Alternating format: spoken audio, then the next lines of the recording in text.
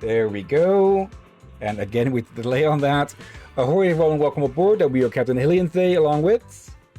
He is your mighty Lieutenant Rakir at your service, and welcome back to... Zenless Zone Zero, where we'll be holding an extra stream today because, well, we were supposed to continue with this on Wednesday, but instead, well, we held our late 4th stream anniversary then. So, at least that's a better excuse than missing out on something. Missing out due to something, huh? Yeah. And yeah, last time we got started, not that one, on Flora of the Blooming Valley, Seed's Aiden story.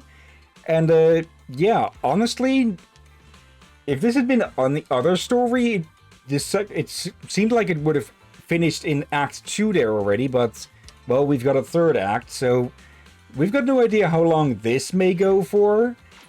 But yeah, we'll see. And if it goes short, we can fill in extra time by finally taking a look at the bestiary. Let's see. Sometime after the rampage incident, the room is visited by a few familiar guests. Whoa, suddenly we've got a whole bunch of guests. Sorry to bother you again, Proxy. It's okay. Seed, how is she doing? She locked herself up in the safe house and hasn't replied to any of our knock-knock messages.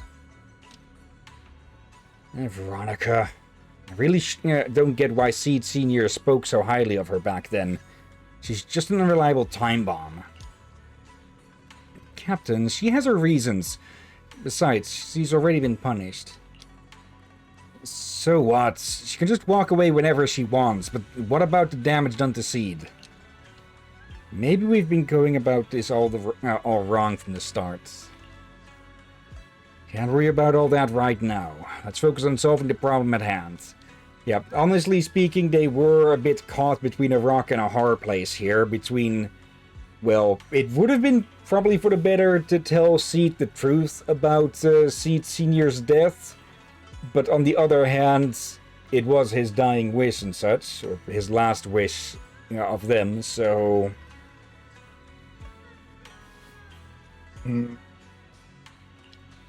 Okay, before this, can I go visit Seed? I'm counting on you, Proxy. Ew, I thought it'd take way more time to convince you. No time to waste, I'm heading out now. Some time has passed since leaving Hollow Zero. At Opal Squad's invitation, you return to Seed's safe house. Okay. Yep. Hello, Aurora. Hope you're doing well today. Wait, what? I don't see the chance. Okay. No foo-foo this time. That's odd. Okay, let me... Why is that not working? Let me copy this out, put it back in. That typically seems to work with these. There and there. Let's see. Okay, now it's working. That's odd. Yeah, basically Aurora said, hello, where foo-foo? No foo-foo now, foo-foo away. Foo-foo not here to play. Instead, yeah, we've got Seed, who, well, recently found out that her father figure has basically been dead for... We don't actually know how long, but probably some years. Yeah. Seed, are you okay? About what Veronica said. She's shut herself away. There might be something in the room. Must be something that Seed cares about. Can't let Seed stay stuck in that headspace. The old sofa is slightly sagging. Would you like to try sitting on it? Approach the sofa. As you run your hand over the sofa, you hear some weird noises coming from nearby.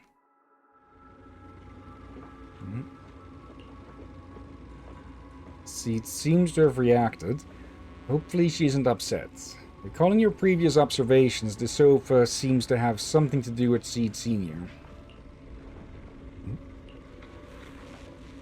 Was it made by Seed Senior? It's a little cramped, but there's still some space here. Is that really okay? Before moving into Hollow Zero, when I was staying in the dorms, Seed Senior brought this from I don't know where. And I was worried it was too big. Now I think it's just the right size. Proxy should give it a try too. Sitting up here is the second most comfortable thing ever. Is there anything more comfortable than that? Sitting in the cockpit of Seed Senior, of course. Just as you were about to say something more, a melodic ringtone chimes from Seed's phone. The young lady suddenly jumps up from the sofa. Proxy, this wasn't your doing, was it? What do you exactly mean with that? Oh, Seed waves her phone and suddenly the knock-knock interface lights up and there it is. A message from Seed Senior. Okay, so my speculation on this is most likely that she was sleep texting herself or something, but now we've actually seen it happen in front of us. So unless someone else is responsible for that, or she sleep censored to herself with a delay, there is probably actually something behind this. Message. That's not like him at all. Okay. Hold up! How is that possible? Is that really Seed Senior's account? But Magus and Trigger said outsiders wouldn't be able to access Seed Senior's account. Could he actually? It's his actual account. You seem pretty flustered, Proxy. What's wrong? No hacker would dare break into a military personnel's knock-knock account. Unless it was you. Not this time. I had nothing to do with it. In that case, we can start mixing the plant juice. And you, Proxy, are one of the ingredients. Help? Oh. Run! If I'm one of them, then there must be others, right? Correct. She should be here any minute now. Oh? At that very moment, a familiar figure appears in the doorway. You look perky, Doc. Hello, Veronica. Veronica? Never thought I'd see you again. One must take responsibility for their mistakes. I turned myself in to the military. Before leaving, I was granted an outside visit.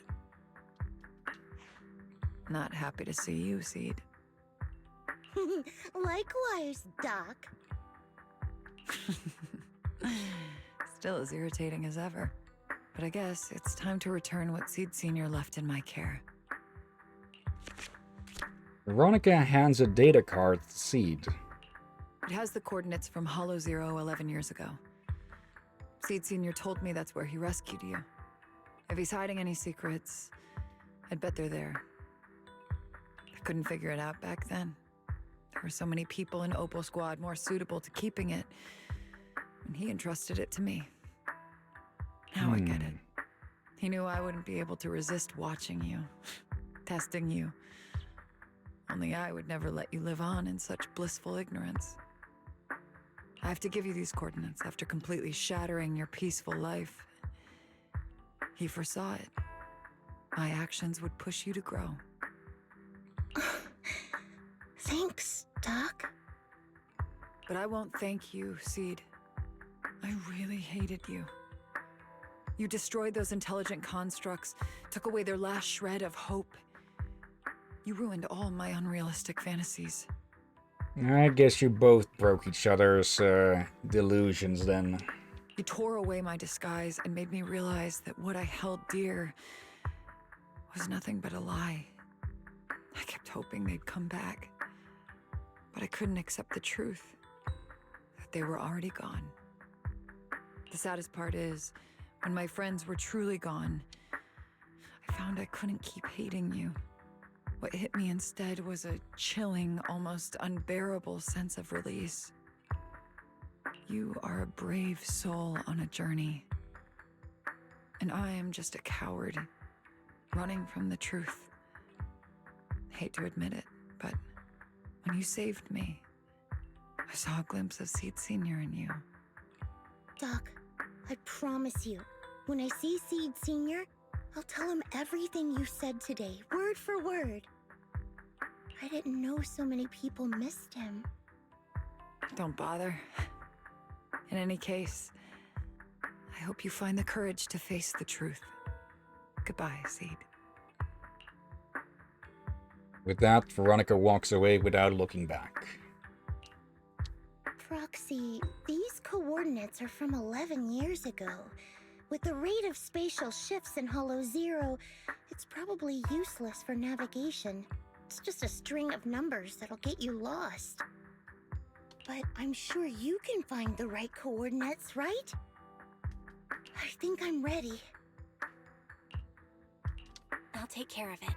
Let me get in touch with my brother. Fairy should be able to handle it. Yeah, I don't think anyone else would be able to. Hey, Belle. You must need to verify something important if you're calling me so suddenly, huh? Yeah. Could you help me calculate the location of coordinates from 11 years ago inside Hollow Zero as soon as possible? No problem. Let's leave it to Fairy. Yes, Master. Master, I've conducted a comprehensive analysis of multiple years of data. What you're seeing now is the most reliable recent data. Processed data quietly surfaces before Seed's eyes. Seed Senior, I'll find you. Seed, I don't think it's a good idea for you to go alone. There are too many unknowns in Hollow Zero. I know. The plant juice isn't done yet. It's still missing some ingredients. Stay alive until I come for you, Proxy. Okay, that could be taken in a threatening way. Yeah. After making arrangements with Seed, you return to Sweetbien Temple. You start preparing for the Hollow Zero operation. Yeah, ho, Proxy, you're back. Actually, you are back here. Are you guys all part of the plant family? What's with that mumbling? Look, we're dropping by without notice, but you get it, right? Captain, didn't you promise to be more polite? You spent so much time rehearsing what to say before coming in. This is Seed's commission, and a unanimous decision by all members of Obel Squad. Never thought that would one day actually come to us asking for help. Thanks, Proxy. Thanks, Proxy. While I was away, Proxy has been helping out Obel Squad too. Save your thanks for later. I'm going to Hollow Zero too. Okay, that is... I'm actually a bit curious now about the previous Obel Squads. Because, well, very clearly no one here outside of... Yeah, even Seed Senior wouldn't count, but... Obviously, Isolde and Magus's previous body... Those were members of Obel Squad. Now, I am curious about who else may have been in that. Yeah. I don't think we can meet them since those two were the only survivors, I think. Yeah, and, well, with Magus, that survivor part is questionable at best. Let's see. And then, if we keep talking about this, things are gonna get pretty awkward. See, it's become quite frank. Well, if you're ready, you should head out now. I'll support you from out here. Prep work before heading into the Hollow should be all set. Yeah, also, I noticed something. Now I've been looking at the Seed and Belf a few times. Yet I don't think they're a clone of each other, but there has been moments where they look so strange and familiar to each other, but once you take a proper look, you see, yeah, they are different. Yeah. But impressive. I think they're about the same age. Seed went through so much while I was away. That kid really is something special. I'm so proud of her. Okay, that might have been the most emotional we've heard Harin be. That didn't involve her sisters. Yeah, she's actually quite happy. Captain, your muzzle is flaring way too obviously. What? Do I really look that happy? Yep. Adjust your position right now and cover me. Am I interrupting something? And Magus is such a mother hen. If I really were a mother hen, I'd never let those punks who hurt Seed off easy. The doctor has turned herself in. Did they get punished? What about those Defense Force bigwigs? They're making snap decisions about the fate of intelligent constructs. If they're messing everything up big time, they just casually toss those stupid plans aside and have the nerve to say they'll never start another military intelligent construct program ever again. You really think it's gonna solve everything? By the way, how did Magus get to know all this? Captain just invaded... I didn't say anything. Everyone unknowingly averts their gaze. I think we're all set with the battle prep. We can head out anytime. Okay, if they actually permanently stop with making military intelligent constructs, then that would be one good thing, yeah, but it would not make good for, well, the shit they pulled otherwise. Ugh. Yeah. Let's see, need to click something Why do you away. have so much focus on the other mechs? But I think we need those constructs, just not those things they installed on them. Yeah, without the Iron Order. Proxy, how are you doing? You mean like physically?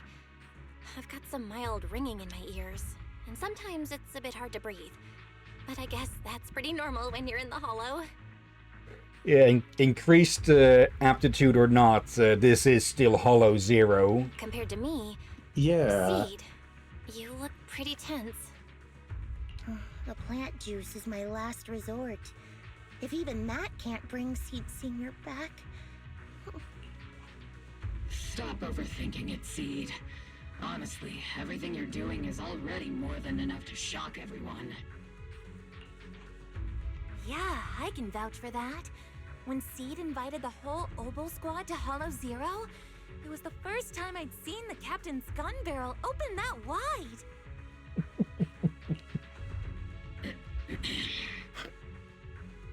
Not even going to try and deny it? Take a deep breath, Seed. Don't stress yourself out. Even if we can't reach our destination this time, there's always next time, and the time after that. Just like Seed Senior always said, our journey never stops. I'm not sure what's going on exactly, but I'm glad to be fighting alongside you all. Okay. Yeah, Harin wouldn't really know anything about parental issues because, well, clones and not having parents. Close your eyes and take a deep breath, Seed. You're not alone. Oh. Something also mentioned, but ain't Seed kinda what the Exaltist The want? best way to protect you is to wrap you in some perfect little world, even if it was built on lies. In what way do you mean? Lose control. Afraid you get hurt. But you've handled yourself better than I ever imagined. You handled everything with Veronica better than anyone could have hoped. We're all proud of you. I am proud of you. Maybe I've been too stubborn. Maybe you've already grown up. And it's time I finally let go. We're all in this together. That's what we signed up for the moment we joined Oboe Squad. Remember? Magus. Sounds like those parenting books are actually paying off. Also, Orpheus, I'm pretty sure out of everyone here, you you particularly didn't have a choice. Yeah, Good. but now I can answer you. Have the Exotists been wanting to prove, make sure that humanity can live inside the Hollow? Yeah, but I don't think they mean it in a way that Seed is. They probably mean like, well, ethereal, everyone being ethereals and sacrifices. Yeah, I guess the Exotists have that in common with that professor, just different methods. One is probably more safer for one's sanity compared to the other one. Yeah. Let's see. Looks like this is the only fissure in our on our path ahead. The analytical data is correct. This is the only correct fissure point. Okay. Guess there's not much left for me to say, huh? Come on. I like it when you ramble. You sound kind of like Seed Senior when you do. If you want, I could always channel my inner Seed Senior for you. No. Trigger is just Trigger.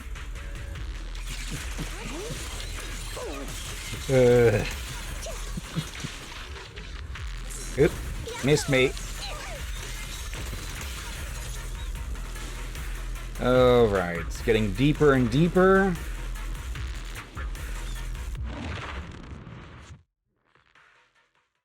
Yeah, I'm curious about Not what it have is with these anything to say, messages. Soldier Like, what? 11? Yep, that's the Soldier 11 I know. Seed. Yes? And the mission's over? Let's go have extra spicy noodles together. Yeah, of course. Let's paint this place red with your firepower. Yeah. Kind of strange you haven't shown us those things. Maybe it would have been giving us too many hints. Roxy, do you need a break? Everyone seems to be holding up fine. I think we're good. Yeah, this might not be the best place to take a break. I can pretend to be tired too. Yep. After clearing out the surrounding ethereals, everyone regroups. Probably missed out on a bit there, but oh well. Actually, I think this is the same area as with Jane's chapter. Just reused. Yeah. Oh. Okay, nobody wants to talk? We're almost there. After everything, we're finally going back to where it all started. Captain's sounding all poetic today. I'm not trying to sound poetic. I'm just starting to doubt myself. Could he really be waiting for us somewhere? The knock-knock messages Seed has been receiving are hard to verify. Even I can't... Right. Where are we headed? So you actually don't know anything. We're going with Seed to find a friend who's been gone for a while. His consciousness might be waiting for us somewhere in Hollow Zero. You mean Seed Senior? Wait, you know him? Well, when you joined the squad, he was already... Seed has mentioned him many times. He must be someone really important to her. Whenever Seed is feeling down, Seed Senior and I chat with her. What? What does that mean? What's wrong? Everyone's been feeling down after the military supplies went missing. Especially Seed. She wouldn't say a word. So I dug out his old phone. And not long after, she started cheering up. Yep, so that worked. Wait, have you been sending those messages?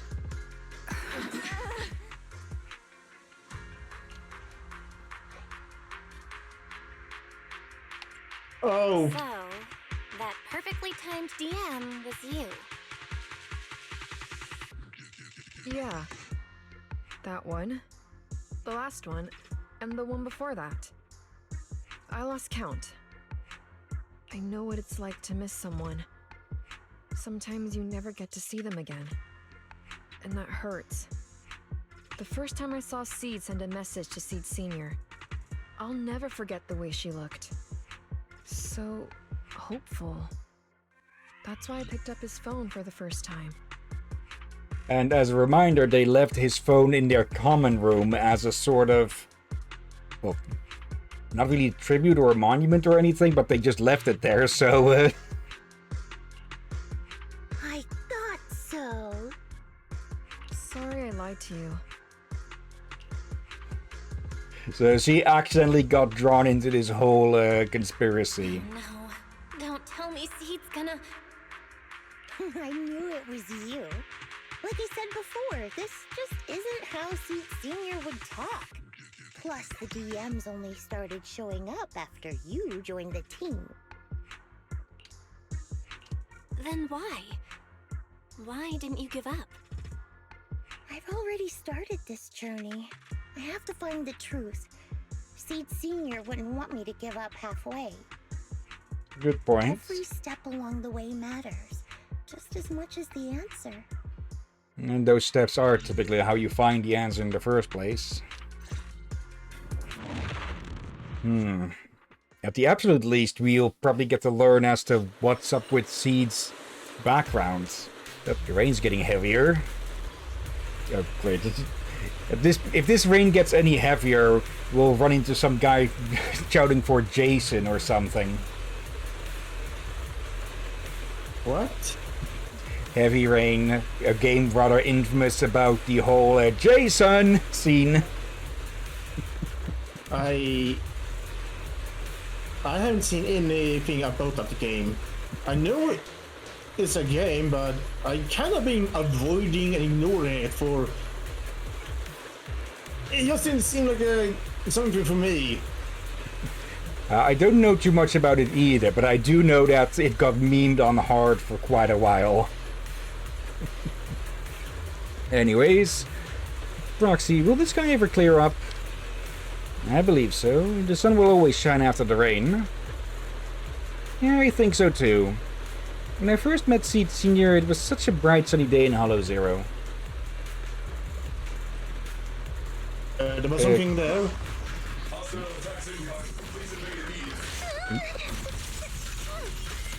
A box. Ah, right, yeah, that healing box. Don't really think we'll need that much, though. Okay. Help is here, Seed. Orby, time to take it easy. Ether vision activate.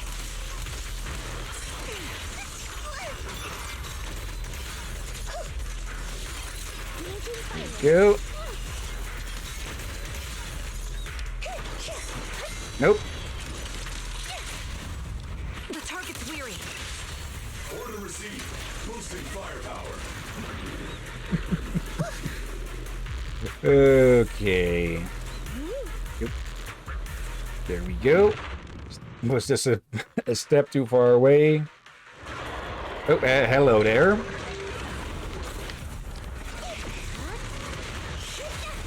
Get behind me.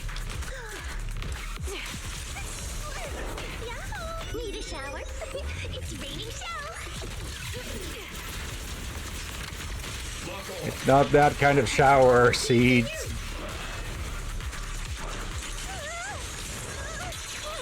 Oop. Oh, so that can counter?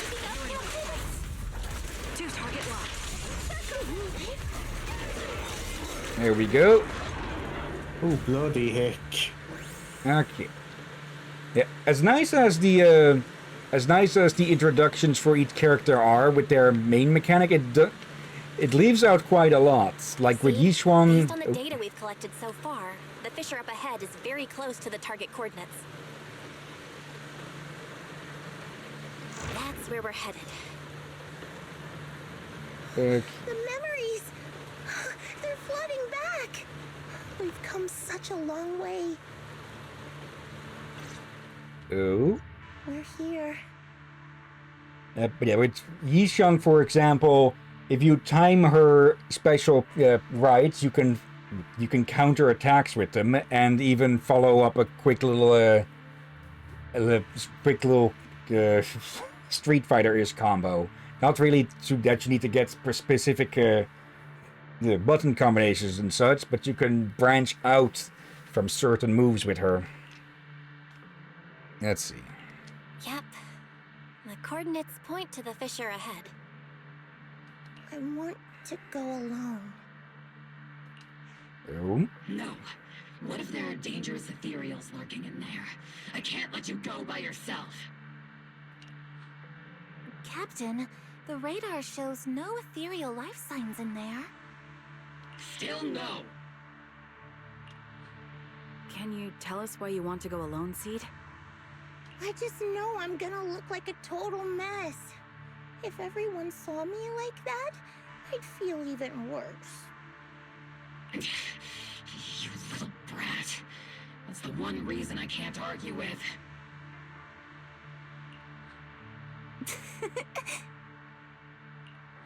Mother hen. Understood, Seed. Keep your comms open. We'll be on standby if you need us. Don't forget about the super spicy noodles after this. We'll be right here when you get back. That's a promise. Okay then. Time to discover Seed's origin. Oh, the fog is thick. I I can't see anything. Seed Senior, are you there? Never mind. I don't even know if you can hear me. I'll just record this anyway. I hate you, Seed Senior. Why did you leave without saying goodbye? Why couldn't you stay just a little longer? Why does it feel like I can't breathe in the cockpit even though it hasn't gotten any more cramped? Forget it. Let's talk about something happier. I'm taller now. I can handle a ton of missions on my own. And I made friends. Oh, and I found my people. Proxy's a lot of fun. I really like her. If it weren't for Proxy, I'd still be... You used to say life was a circle. I think I get it now. Only... maybe it's a lot bigger than I imagined. Some people run ahead. Some fall behind. But if you want to see someone, you'll meet them on that path eventually. Now that you've stopped and I'm still running, surely I'll catch up to you, right? And when I do, I want to tell you, I miss you, Seed Senior. I miss you so much.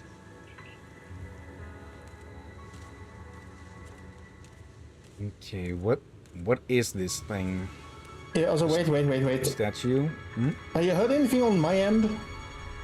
Like? Something like a loud machine? Not sure. But I saw my mic reacting a few times. I closed on my window and it still reacted to whoever is doing whatever outside. So as long as those isn't audible on the recording, fine. Fuzzy memories that have been sealed for a long time resurface. You stop and play Seed Senior at the beginning of the story.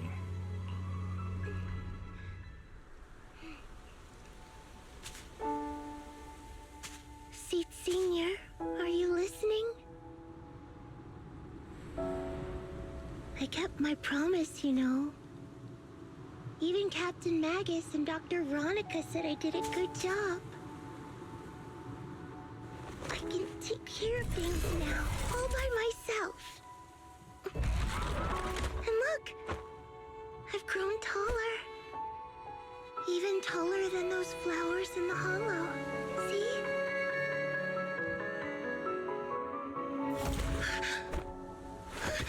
Seed Senior?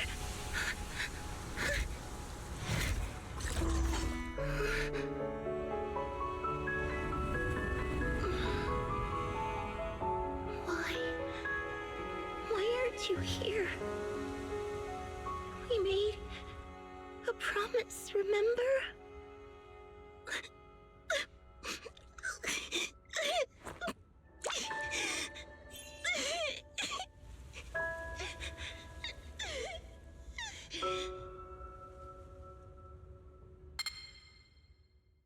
Hmm?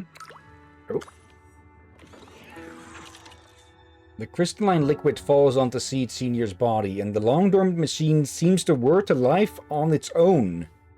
The gold swirling arm slowly, the golden glowing arm slowly rises, reaching out as if to encourage the girl standing before it, or perhaps attempting to gently embrace her. Seed rushes forward, tightly hugging the giant warm figure. Special sample detected. Sodium and potassium ion concentrations match human tears. Pilot identity confirmed. Biometric synchronization level 100%. Now playing Seed's final message. Okay, a pre-recorded response, not... Final message? Sorry, Seed. I couldn't keep my promise. Forgive me for leaving without saying goodbye, but I couldn't bring myself to imagine how much the truth might hurt you, especially when you were still so young. That's why I couldn't risk it. I even selfishly asked the others in Oval Squad to go along with it. If you realize they've been lying to you, please don't blame them. They only did it because of me. Seed, where are you now? And what missions are you on these days? You must have grown a lot taller, huh? Yeah, I have. If the cockpit becomes too cramped, you can reach out to someone named Veronica. I hope you two get along. I'm sure she'll help you make more space in there. I planted some seeds in the hollow where we first met, hoping they would bloom into flowers. Oh right, about those potted plants I asked you to take care of. Have they grown into beautiful flowers? Even if they haven't, don't eat them. Give them a little more time to grow, okay? To be honest, I don't know when you'll hear this message. Maybe when you're sad, or while you're crying happy tears. The only thing I know for sure is, at this moment, Seed, if you can let those tears fall without holding them back, then to me, you've already become a flower in full bloom, standing tall and proud. If that's true, maybe I can face my own death with a little more peace. You know, I've read a lot of books about death. When I first learned that I couldn't escape it, it didn't feel real to me. The fear only crept in much later. Those books say death is a new beginning, a poem, a heroic song, or just a few words carved into a gravestone. But in those books, there's a word I like much more than death. Life. I think life truly is a circle, just an enormous one. We walk it together, on a journey called Finding Our Hearts. By now, maybe we've only made it a fifth of the way. Sadly, this is where I have to stop. But you'll keep going, so you'll get further and further away from me. At first, you won't even notice. And you won't look back. But that's okay. Don't be afraid. This isn't the end. Because I found you, a seed named Flora. From the day we met, I planted a new seed in each of your footsteps. These seeds once belonged to me, and now they're yours. When I stopped, I left the seeds with you. You'll continue to sow them as you move forward. So just keep going, step by step. And someday in the future, when you finally complete this circle, when you come back to where we started, you'll see me again. And you'll see the path blooming with flowers all along the way. Now, I'm going to sleep on this circle. Keep moving forward until you make it all the way back around. Seed Senior, are you leaving? Don't be sad because of me. I've already achieved more than enough. The seed I planted has miraculously bloomed into a little flower. Congratulations. You've grown a heart of your own. So smile, for this is the best parting gift. Slowly, the sobs and tears fade away into the sea of flowers. The girl gently tucks the pain of parting deep inside, and a soft smile slowly blooms across her face. Good night, Seed. Good night, Flora. Seed Senior, one day I'll catch up to you. When time comes, I'll tell you about all the sights I saw along the way. I'm not alone anymore.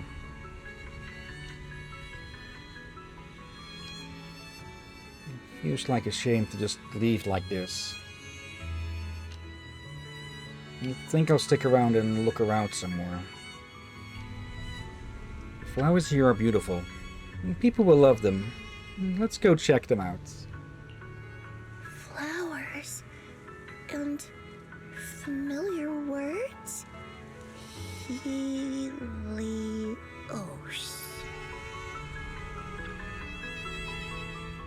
The kid seems so full of energy. There's still plenty of space in the safe house. Let's move it over. The flowers are dancing gently in the breeze. On the side stands the silent sculpture with the graffiti of Helios. But the name Helios, something about it's been bugging me. Let's think about it more later. Right now, there's so much I want to share with everyone. Leave here. Yeah, there's definitely a connection between Seed, or Flora, and Helios Academy. After some time, the proxies and members of Oval Squad gather once again at Seed's safe house. The squad members seem to have arrived earlier, and they've already been horsing around for a while. Proxy, long time no see. Seed's inside. She's been waiting for you guys. So, Belle, should we go see Seed now? Though taking a look around the area first mightn't be a bad idea either. Something feels different here. Or is it just me? Let's take a look around first. Well, for one, it looks a whole lot brighter, huh? Yeah. The plant's actually being alive. As expected of an Oval Squad member. The feeling of unity is so reassuring. If I could have a ramen eating contest with Seed here, does it mean no one will bother us anymore? You'll probably have to be careful not to burn down the flowers, with how much fire she'll probably be spitting. At least I didn't let Seed Senior down. Captain, you're awesome too. Mother hen. New potted plant. Crystal clear dewdrops cling to the leaves as flowers sway gently in the breeze. Even the edges of the flower pots are polished to a shine. The owner must really cherish them.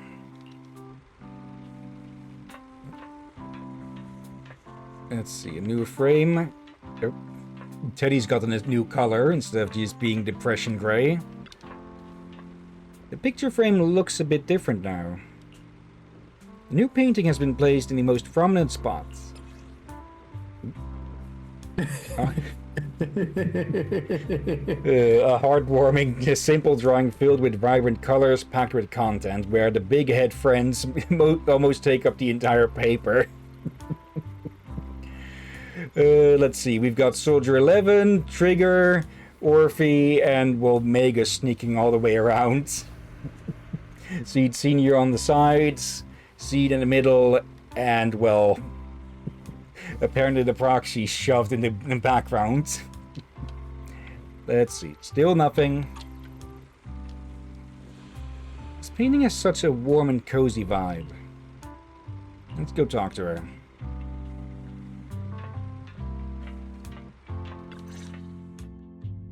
Yahoo! Proxies, you're here! Hey there, Seed. Here, this is for you. A a hefty flower pot lands in your hands. The flowers inside are swaying in the wind, looking bright and vibrant. Picked straight from Hollow Zero. Everybody gets one. So these are the flowers that seem... So these are the flowers that Seed Senior planted. We'll take good care of them. You can also make some plant juice, you know.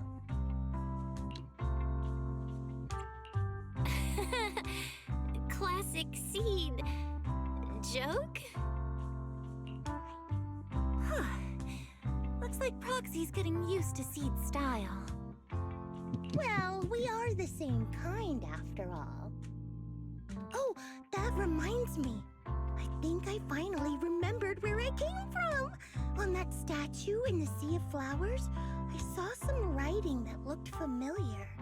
I think I carved it myself, stroke by stroke, when I first escaped there as a kid. Is that what it meant with graffiti? That you quite... Yeah. How did you carve that in there in the first place?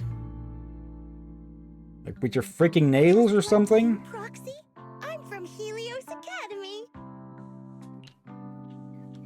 What? You're from Helios Academy? What else do you know about that place? Sorry, I only remember the name. Most of my childhood memories are pretty hazy. I'll try to think about it. Maybe something else will come back to me. So Seed also went to Helios Academy. Is that why she's always going on about one of her kind? You didn't expect there to be other survivors from Helios. If that's the case, maybe you can get more information from her about the Helios Academy and the fall of the old capital. Maybe you'll even get closer to the truth about what really happened that day. No memory. The hope that had flared up inside you was quickly extinguished. If she really doesn't remember anything, then guess all you can do is wait. Just as you fall into deep thought, Seed suddenly hands you an old, worn-out picture. Phone. Almost forgot. The phone. Proxy, please take this. Also, I'm going to take a guess here that Seed is probably the youngest of the characters that we know. Or at least the playable agents. Because... yeah. I'm bad at guessing ages and such, but I'm guessing she was probably between like 5 and 10 or something when Seed Senior found her. So Possible. she's likely 18 or 20 or so. Yeah, it would help Maybe if even they 16. actually added their age to the characters. Then, and of course, as the story goes on, you update the age. But then you have gone a year in story and such. They could, but I think they would also need to be really careful then with how much space they have in the timeline and such. Like, we know it's now a set fact that the fall of Eridu, or the old capital, was 11 years ago. But, yeah, if they start putting more and more specific time points between then and now, they could run out of space with things. Yeah, but at the same time, it can get very complicated if they don't as well, so a bit of a balancing thing. This is Seed Senior's phone. We'd like you to keep it. We don't want anyone with bad intentions to take advantage of it. Everyone in Obel Squad agrees that Seed doesn't need this kind of false protection anymore. Don't worry. We'll keep it safe. Has anyone punished Harin for this yet? Given her, like, a bowl of super bitter noodles or something? Seed, are you okay with this? Of course. Oh, by the way, Trigger, has it been a while since anyone's cleaned the dorm room Seed Senior and I used to stay in? I've been cleaning it regularly. Wait, don't tell me. Are you thinking of moving back in? Give us a minute. Orphe and I will go get it ready right now. With a growing smile, Trigger and Orphe hastily leave the safe house, dragging a confused Soldier 11 with them. Ooh, they're way too excited. Besides, I never said I was giving up this safe house. She does have a point there. Well, we should probably head out too. Hold up! You can't leave yet! After making sure the rest of Oval Squad is out of sight, Seed carefully pulls out her phone. Can you fix this? I swear, I didn't do anything. It just broke down. Maybe the combat in Hollow Zero was too much for it to handle. Leave it to me. After running some quick tests, you find the system has crashed due to loading too many messages and image data at once. After some debugging, you get it back up and running again. Done. I didn't mean to peek, but wow, that's a lot of messages to Seed Senior. A surging wave rushes in. You look up and see Seed's cheeks go pink. She barrels right toward you. Roxy! Stop it! Well, you're the one who basically handed your electronic diary over to them to fix, so... Sorry, we won't tell. Seed, watch out! It's gonna fly out of your hand! A perfect arc flies past everyone's eyes as you stumble around, laughing and scuffling. A crisp chime sounds as the phone screen quietly lights up. Who could that message be from? Is that supposed to hint that a part of Seed Senior is still around in her phone somehow? Okay, and yeah, we definitely could not have finished this on time previously, 2 weeks back. Okay. Oh dear. And we still have a lot of time remaining. Yeah. So... Good. Yeah, I can see us cutting this part and add it to the other video, but at the same time we already started the main story as well again. It wasn't that big of a thing that we did with it. Plus, we do have the recorded events. I don't have all of those ready. I still need to edit a few of them down. Finally, like months later and such, because I'm just lazy. But yeah, in the meantime... wrong button twice in a row. Let's see. Are there any people... Actually, we can do that easier through here. Let's see. Yanagi's at the video store again. Have we seen Evelyn over here before? Does it actually show where they're... Okay, it does not show where they're close to.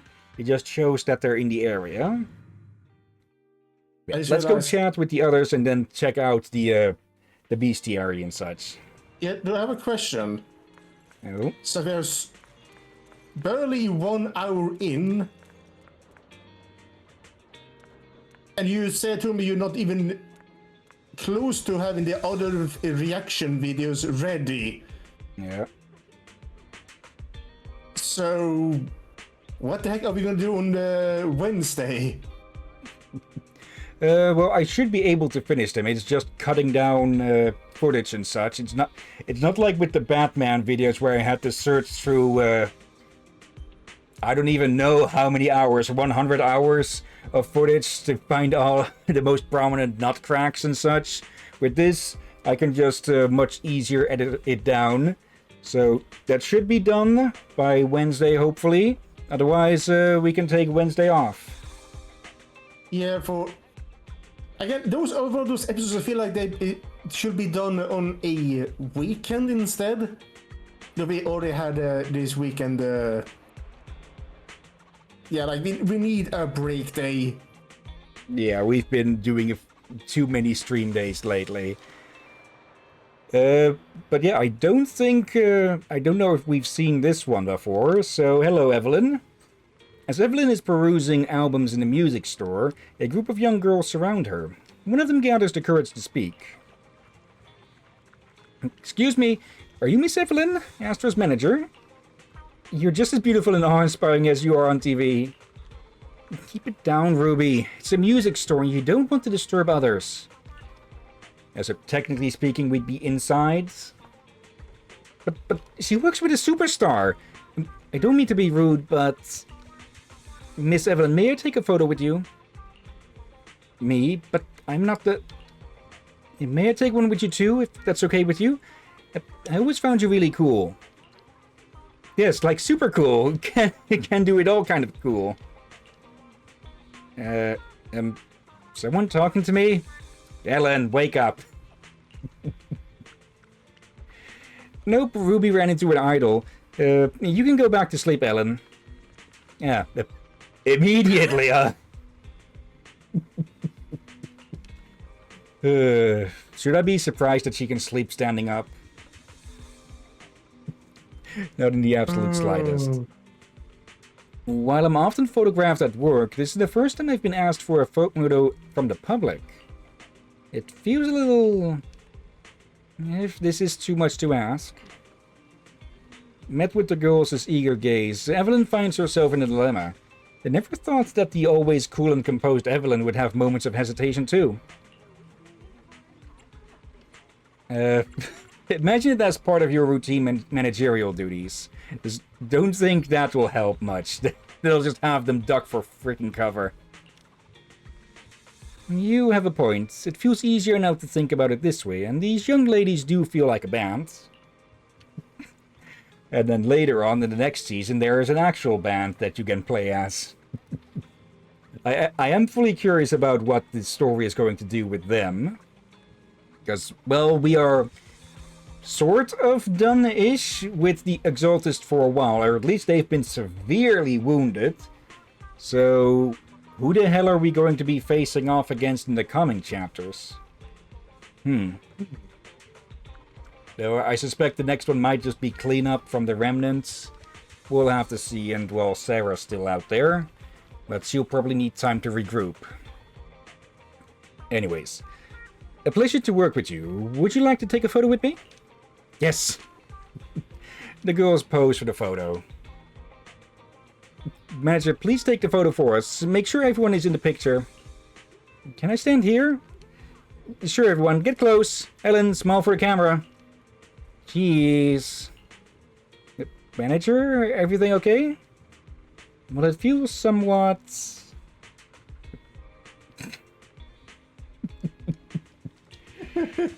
Fell asleep again? Ellen, wake up!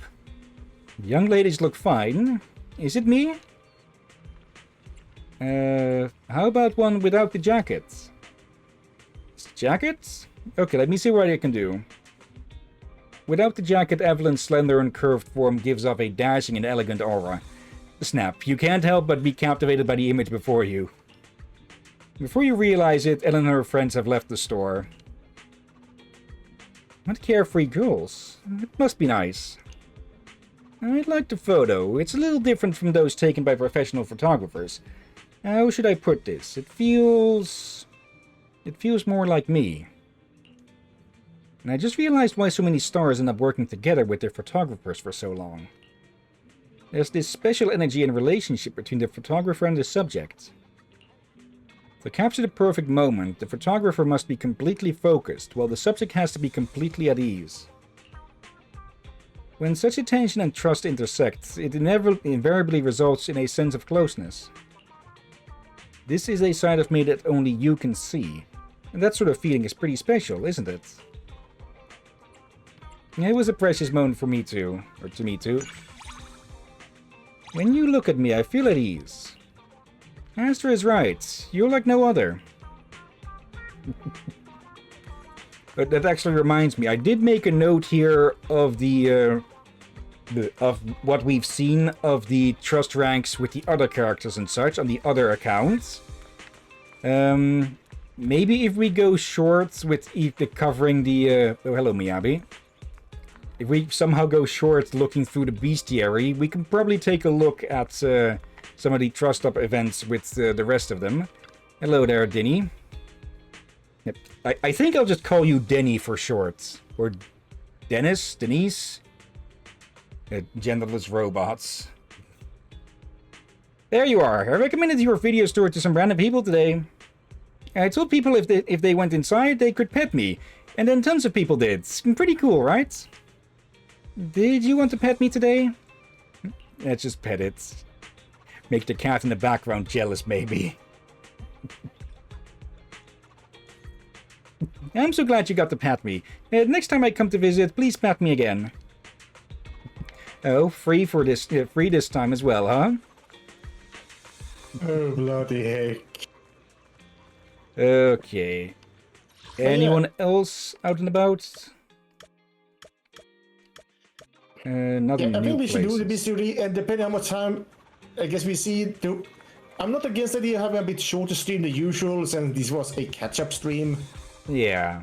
Like, we don't need to go 3-4 hours. Okay, let's just speed through this one yet again. Like, Yanagi is probably one of our top customers by now here. Okay, where are we actually at with her trust level?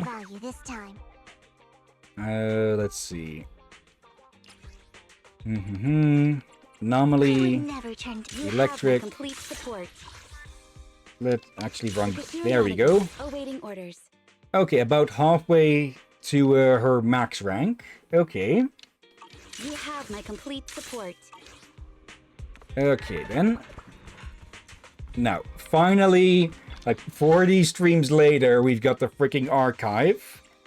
And let's see. Alright, yeah, that was its name, Nineveh. Okay. Let's start... Yeah, let's start with the ether mutants. Okay. Look how many you had found of how many.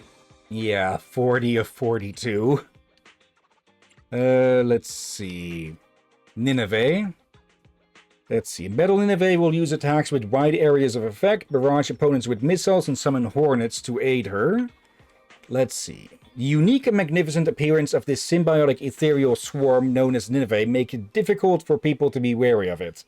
According to the few research records available, as Nineveh extends its body, a concentrated and potent ether flows towards its core through its rhizome, providing a constant supply of energy. Some scholars speculate that this behavior is akin to the photosynthesis process in plants. In the course of its swaying motions, excess highly active ether energy continuously pours out. When this accumulation of highly active ether is nearly overflowing, it transforms, unveiling its true blossoming form. And with its bloom comes death. The good news is it doesn't mean any harm, it just absorbs nutrients from photosynthesis. The bad news is we're the nutrients. Defense Force Hollow Zero Investigation Log K411. Yeah, it was very hostile when we saw it, huh? Yeah. Okay, and yeah, it's photosynthesizing the ether in the air. Okay. Miasma Priest. Let's see. For New Eridu, the Hollow is a catastrophe of despair, and when a Hollow expands, fear, death, suffering, all forms of despair devour people's minds, altering the fates of countless souls. The omens of doom began in the shadows of the Hollow, yet some heard a strange calling within, glimpsing a sliver of hope and redemption amidst despair. Since then, they heeded that secret call to form a clandestine organization, and the Miasma Priests lurked in the shadows of Eridu, spreading their blessing to those who had lost their way. The Miasma Priests believe that the Hollow's expansion is no mere natural disaster. Generation after generation, the priests have tirelessly pursued the hidden truth behind it, seeking to achieve their desired truth, that the will within the Hollow shall ultimately become reality. Okay, generation after... This has been going on since the very first Hollow disaster then probably, huh? Probably longer. Yeah, even since the first one since. We have called them occasionally a secret society and cult and all that. And that kind of makes sense then. Yeah. However, sacrifices are necessary in this process, and minor troubles are inevitable. Even being targeted by void hunters and hunted by major organizations are merely trivial setbacks on the path to truth. After a lengthy effort and thorough preparation, the miasma priests have finally summoned that will from the hollow, allowing it to descend upon the world with near-perfect form. The miasma that coils and covers the miasma priests, that corrupting substance untouchable to others, has become for them dazzling weapons and armor. All of this serves as the ultimate proof of their blessed status. Their will shall finally descend upon this world. What you must do is simple. Listen, obey, and then accept their blessing. A miasma priest performing a ritual. Okay, those seem like this variant is new though, sort of. Or what is with the organic sticker on these? Is that supposed to mean that, yeah, previous people? They are mutants, not ethereal. Yeah. Also, the next one there, that's one's a spoiler for Hollow Zero stuff, so skipping over. Let's see. Decades ago, two talented dancer sisters rose to fame overnight. Shining like a meteor, they attracted a massive fanbase and held a magnificent performance at the bustling Ballet Twins. However, as the show neared its end, the Hollow disaster struck, engulfing the Ballet Twins and plunging the sisters into eternal darkness. The news devastated countless people worldwide. What remained of the world. Today, most people can only catch glimpses of their soulful dance through scattered video and image materials. Only a few know that when the forgotten dance music echoes within the Ballet Twins, the ethereal figures of the twin marionettes emerge. These figures are believed to be connected to the twin dancers from that fateful performance, attempting to finish the grand finale they were never able to complete. When that eerie tune comes to an end, the two marionettes emerge from the darkness and curtsied. Huh? So they're trying to say the show has begun? No, I think what they're trying to say is, it's too late to run. It's over. Hollow Interview issue 251, an interview with a surviving Hollow investigator. Okay. Oh, faction! Okay, their faction are either mutants, and then the type is ethereal. So I guess the one with those organic was a organic type. So I guess, I guess the priest is still a. Yeah, I guess all ethereals are mutants. Okay, notorious. Okay, that might be from one of the game modes where you can fight stronger versions of the bosses. Okay, Dead End Butcher, our very first big boss. Unlike other highly dangerous ethereals, the ether within the Dead End Butcher's body often remains in a low-activity dormant state. Nevertheless, it possesses immense brute strength capable of demolishing any obstacle, and the entire twisted and ravaged metro zone serves as its off-limits kitchen. Only when a threatening target piques its interest will a horrifying transformation take place. Within moments, the high concentration of ether stores in his body undergoes a violent transformation, and the exponentially surging energy prompts its limbs to quickly distort, assuming a more brutal and voracious feeding stance. The time for appetizers is over, and an unparalleled feast is about to begin. Anyone who doesn't want to be part of this feast should be extremely cautious in choosing their route, and stay away from its kitchen at all costs.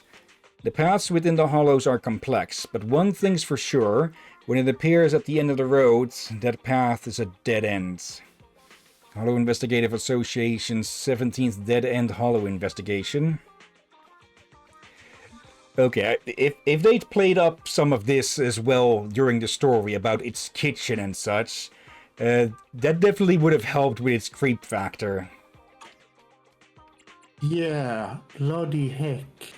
Let's see. Miasma Ravager, Avarice. In Hollow Investigative Association reports, Avarice is often jokingly referred to as the embodiment of the sin of gluttony. Its pot-bellied figure makes it look every bit the lazy bum, about to doze off at any moment. Don't underestimate it, however. Observation data indicates that Avarice can compress its body into a ball and launch devastating strikes at targets with astonishing speed. As to how it maintains such a rotund figure despite its intense physical activity, the association has yet to reach a conclusion. The more it rolls around always reminds me of my pet hamster. is just a bigger, you know, more than just a bit bigger, I'd say. Observation log excerpted from casual chat between two observers. Tepes? I don't remember this thing. Let's see. Under the... Oh wait, is this... Was this Twiggy? Under the long-lasting distortion of control in the name of love, the girl resorts to lying to deceive the suffering victims who have lost their loved ones to the Hollow, all in the pursuit of attention and love from her closest kin. She believes that as long as she helped her loved ones hide the secret of the blessing medicine, as long as she could not hear the agonizing screams of the people being affected by corruption, and as long as this secret and vile experiment remained concealed, the bond between her and her loved ones would not break. But in the end, what awaited her was witnessing her loved one taking his last breath in a pool of blood. Now, this is not from Twiggy. This is from Vivian's former friend. Oh. Oscar. Let's see. After that, hatred and jealousy, like sharp thorns, constantly pierced her heart. The gears of vengeance gnawed at every ounce of her sanity, and she pieced together a twisted meaning of existence from the notes left behind by her loved one. Her life trajectory seemed like a dark fable about obsession. When former companions extended their hands of salvation to her, the girl could no longer turn back. Rather, the words that tried to pull her back into the light were torn to shreds by the jealousy, obsession, and hatred that had burrowed deep into her bones. In the end, as the sun was about to set, countless spikes surged forth, bursting from her body, each bone shard piercing the screams of the Forsaken. Tepes, the pitiful one pierced by thorn, walks towards the deeper abyss with hatred. Especially at night, its voice is more sorrowful than that of other remains, and if you listen closely, the sound seems like the cry of a woman. Notes written by a scholar of the White Star Institute after carefully listening to the recording. She was offered the chance to return from the dark, but sadly they were already too deep down in it to be pulled free. Pelicus? Oh, this is Twiggy. Ethereals that are always seen in pairs, distinguished by their peculiar physical traits. A profound bond exists between the two. Whoa, that was close. Don't just deal with one, you gotta watch out for the ladies' sneak attacks. Well, and ladies? Has being in the Hollow for so long made you see even the Ethereals as attractive? Dude, I know Ethereals and I know ladies. I swear, Pelicus are definitely ladies. No way. That long hair, those legs, they're like total factory-made babes. My sister taught me that term. How is your sister doing lately? She's actually getting better, but next month's medical bills? Gotta hustle that cash from these ethereal hotties. Ain't easy being an older brother, eh? Here's the deal. I'll keep Pelicus busy, and you give me your sister's number. Like I'm actually gonna give you her number. The last words of two young Hollow Raiders. Oh, bloody heck. And also, I see we have a message from Aurora. It's Vlad's Tepes. No, not that one. It might Is be it more reference... Tepish? It might be a reference to that, to them in a way, perhaps.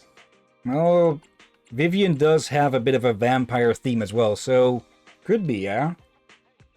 Does this make Vivian Alucard? Let's see. Thracian. That is definitely a Greek name. Well, fits with the quote-unquote helmet sticking out of the heads. Well, it is a region in Greece. This fearsome ethereal, named after the warrior tribes of ancient mythology, is said to be the embodiment of the most valiant heroes and the most insane villains corrupted by the ether. But that's not the case. While the chiseled muscles you developed in the Hollow and the adrenaline released in access before death may indeed help you become a significant nuisance to your former companions, they probably won't hold it against an old friend who's already beyond saving, right? But it's irrelevant. When your handsome face transforms into a dark, eerie energy orb, who cares about social reputation? No wonder he's the boss. Even as an ethereal, he's still formidable. I knew something was off when he was always in the gym. Confession strained by a captured Hollow Raider. Okay, so it does confirm some things like the transformations are not random. It will depend on a person's health condition, how they take care of themselves, but also yeah, a lot of other things. Like there is something behind the transformation that it follows some kind of rule. There is a method to the madness. Yeah, like some of the weaker ones are basically your average person, but those that have a lot more emotional trauma of the very heavy kind and other kinds of health conditions and such, they will have stronger reactions. Or they can have a stronger reaction. Yeah. Benirek, or presuming that's how you say that, could be said probably a dozen other ways. In the Hollow Investigative Association reports, the Benirek has been reportedly marked as dangerous mainly due to its all-too-great jumping prowess. If an Ethereal Olympics were held in the Hollow, it would definitely sweep both the high jump and long jump championships. Observation data indicates that Benirek can bounce continuously for hours without showing any signs of fatigue, as if the space between air and ground were some natural runway. Some researchers have joked that if they ever released it in New Eridu's urban district, it would probably bounce from west to east in less than a day. How about trying to tame it as a mount? Forget it. With that explosive kinetic energy, it might be more cost-effective to use it for power generation directly. A casual chat with a Hollow Raider who fled the Hollow after a face-to-face encounter with Benirek, sweating all the while. Thanatos. Okay. Hollow exploration can be mentally distressing, and Thanatos, with its unique teleportation ability and unpredictable attack patterns, has become a common psychological challenge amongst Hollow Raiders. A considerable number of individuals who have faced Thanatos alone in the Hollow have lost all courage to continue their ventures and instead chosen to retire prematurely. As a result, these elusive entities have become recurring figures in horror film movies. The slender shadow disappears before your eyes and reappears behind you. What should I do? Now I'm too scared to even go to the restroom alone. The night of the premiere of the horror movie Ethereals Come Knocking. Trending discussion thread on the Copper Plum movie review site. Yeah, those things are a nuisance, and hello there, Dullahan. The first of the major ones that we saw. A potent humanoid living ether, initially observed in the Lake Town Hollow and documented by the 3rd investigation team of the Hollow Investigative Association. The exact correlation between these living ether beings and the downfall of the lakeside town known as Blaze remains uncertain. Due to their immense power and formidable fighting style, the HIA has labeled them as highly dangerous and advises novice investigators avoid direct confrontations with them. Don't let it activate its sword, and if it already has, just don't get cut. Excerpt from interview with an investigator on the variety show Teach Me, Senpai. Well, that was almost a big misread. Bloody heck, yeah! Oh, bloody heck. Ionized Pugnus. Not all ionized beings within the Hollows prefer to hide, and Pugnus wears its menace on every sharpened spike. Clad in armor, its back and tail bristle with with razor spines, while its massive pincers serve not only as weapons, but as war drums that pound the earth to mark its territory. Pugnus tends to build power from within the shadows, yet can suddenly spring forth, bringing its full weight down with both crushing claws upon its prey. Its shockwaves are powerful enough to throw inexperienced fighters off balance, and the flying debris that follows often seals off any escape routes. Its attack rhythm suggests it relies on ground vibrations to track its prey before lunging in a sudden explosive strike to finish the fight. Interestingly, some Hollow Raiders who've spent years dealing with Pugnus have developed a unique Lightfoot Hollow Step technique. I used to get knocked off balance by its tremors, but then I learned to step on my toes and move quickly. Now I'm somehow winning stilts racing competitions at festivals. as in shared in Tales of Hollow Pitfalls by a self-proclaimed successor of the Lightfoot Hollow Step. Oh, bloody heck. But yeah. The more fun, okay. The core we see is usually where the usually head, but for that's usually on most people it starts for you have a severe migraine, then turn to a feral. But if you have another condition, like we see in another character on the heart, that's where the core will go. I feel like the corruption we go where you are the weakest, then corrupt you from there and use whatever it has to work with and turn you into what's the best suited for whatever it considers you useful for. Which makes me feel like there is something behind all this madness. Yeah, and then we just have the mechanical ones like this. The TerraSQ mixer. Based on their research, the Hollow Investigative Association speculates the TerraSQ mixer contains various levels of liquefied ether. When it stirs and mixes its stored ether, a complex reaction takes place, resulting in the release of destructive and violent energy.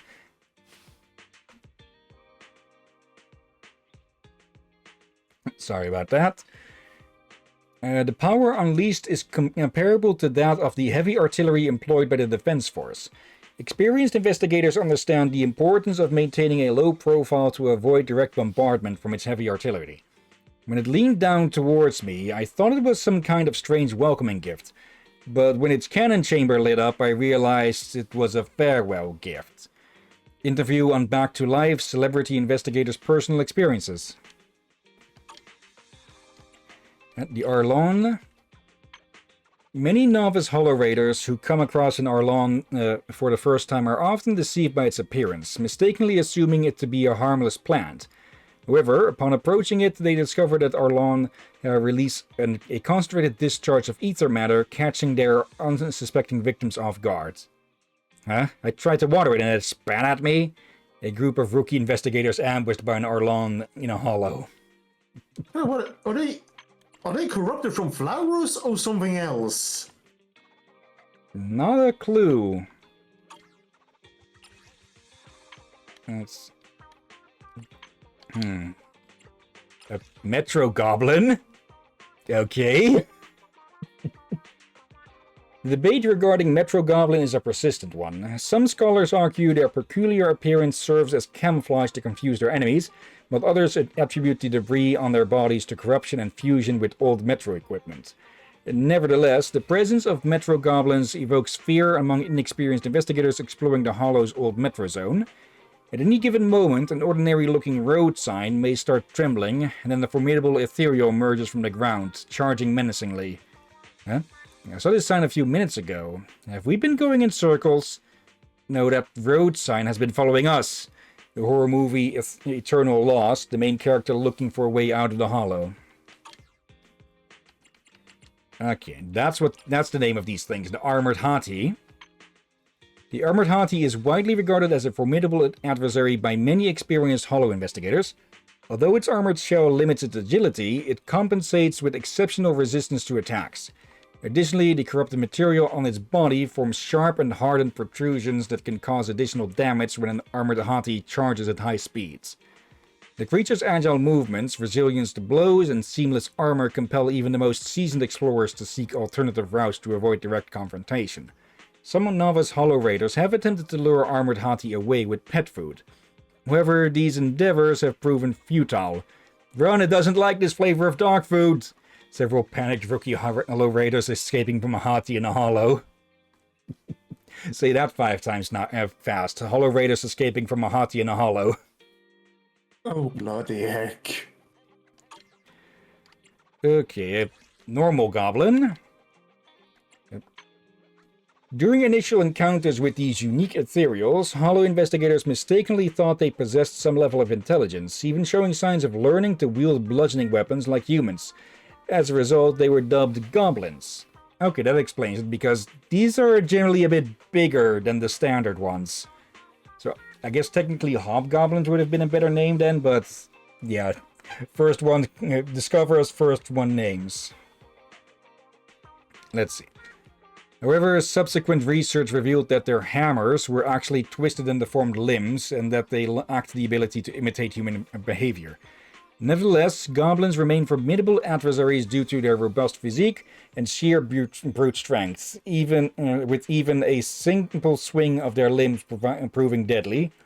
If anything trespasses on their territory, they will immediately enter a state of fury, sparing no effort in mercilessly smashing the intruder. Huh? There's a goblin running over here, banging on a heap of scrap metal.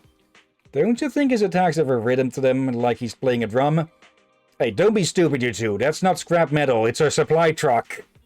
A goblin intruder breaks into a gang hideout. Okay, the normal Hati. The HIA Phase 1 investigation team has officially documented the existence of the sentient living ether resembling a four-legged beast, which poses significant danger. According to rumors, the first sighting took place in Nest Hollow, where individuals exploring the nearby wastes reported hearing ear-splitting roars reminiscent of wild animal growls. If I throw a stick or a ball, do you think that monster will catch it? You can give it a try, but I won't cover your medical bill. A chat between Billy and Nicole. Bloody. Doesn't take much to guess who is who, huh? Okay, Farbauti. I think we have read up on this one before. Actually, no, we haven't read any of them. I think we checked one out for as a bit of an example, and was the drummer one, I think. But I guess we'll see. Farbauti, possessing immense strength and often in a frenzied state, is one of the most formidable threats Hollow Raiders may face. Its hammer-like arms can effortlessly deflect damage and unleash storms of blows that crush everything in its path. Some Hollow Raiders have observed Farbauti frequently pounding the ground in a rhythmic, high-frequency manner, leading to speculation about its peculiar interest in drumming music. Despite the HIA publicly debunking this rumor, many Hollow Raiders carry portable stereos in an attempt to distract Farbauti with music. No successful escapes using this method have been reported, however. The reason for your failure is simple. Even Farbauti think your taste in music sucks. Posted by Spikefinger on the Black Sweepers Rock forum. Okay, I think we read part of that one at least. Okay, now we're getting to the common ones. Miasma Walker Archivore. Okay. Archivore's coral-like glowing head never fails to catch the attention of rookie Hollow Raiders. Many find themselves unconsciously mesmerized, staring blankly in fascination, unaware that the danger has only just begun. Taking advantage of any such distraction, Archivore gracefully raises its slender legs, striking a pose that's nothing short of an acrobatic miracle. The HIA's records even describe it as reminiscent of a ballet dancer twirling on ice. However, the association's warning is crystal clear. When you see it strike this pose, you better roll, jump, or back away immediately because it's aiming for a lethal strike. Seriously, did this one miss its calling? It could have been a superstar as a dance performer, acrobat, or even a figure skater. But no, it just had to hang out in the Hollow and attack people. Posted on the Planet of Disaster forum by a Hollow Raider who experienced an artistically heavy attack. Okay. I'm actually not recognizing it. It could have just been lost in the crowd as we broke everything else. Huskrun. Okay, we have seen multiple of these, the bug ones, the bug-like ones. They look a bit like Droidicas. Yeah. The Huskrun's dual forms, pre- and post-hatching, have been giving headaches to new and veteran investigators alike. The HIA offers this advice: always watch for miasmic substances at your feet. If you spot any rock-like spherical objects, attack immediately. Don't hesitate, don't hesitate. According to insiders, the advice originally didn't have that repetition, until some clever Hollow investigators still tried stepping around Huskruns, even after reading it. That strategy worked about as well as trying to quietly open the fridge late at night without alerting one's dog. I prefer how it looks before hatching, all around and rolly. Is that why you didn't attack it first? a conversation between Anne and Bessa, two trainee investigators who just escaped death in the Hollow. And wait, I just noticed that one has its hollow core body growing? Yep. I do not dare to imagine what the... Says again, most common issue that the hollow creates on you is the head, but if you already have a condition like a weak heart and such, if you target there instead. So if you have a failure with a... I don't dare to guess what kind of health condition you had for it to start there. We also need to keep in mind that not all ethereals are formed from people. Some are just formed right out of the freaking miasma or the materials around. Yeah, true. Ionized doppelganger. Even among ionized enemies renowned for their strange and uncanny qualities, ionized doppelgangers are exceptionally unique. These entities can coat their bodies with a layer of special active ether ions, enabling them to accurately replicate their target's form, often to a degree that makes it hard to tell the difference. Both in detail and texture, it's almost impossible to tell apart from the original.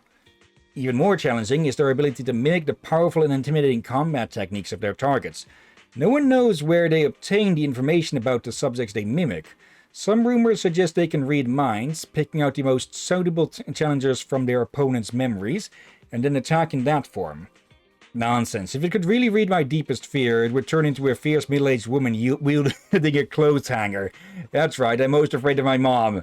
The internet forum complaint from a Hollow Raider. Yeah, and I just realized some of the ones we met in this area have been improved by the cultists. Yeah. Which means, yeah, they could themselves decide somehow where the core appears. I think it's more that they, through trial and error, mostly error, they discover what can turn one ethereal type into another. And yeah, they just copied whatever they managed to work with that to create the new ones. Let's see. Hitch Spiker, like hitchhiker. Ether is a greedy, insatiable parasite, a vicious creature that devours one's vibrant lives. The hitch spiker is an even more malicious incarnation of Ether, dwelling within the bodies of its cruel counterparts.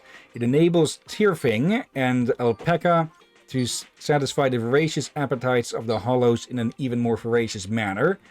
Get away from my face, an Ether ecologist, realizing that this is just a very jumpy bug. Oh, bloody heck. And yeah, it does indeed look like a freaking face hugger for a bit. Yeah, but with pincers. Ugh. Okay, ionized Nessallaria.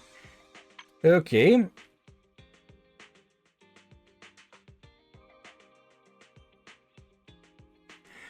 Let's see.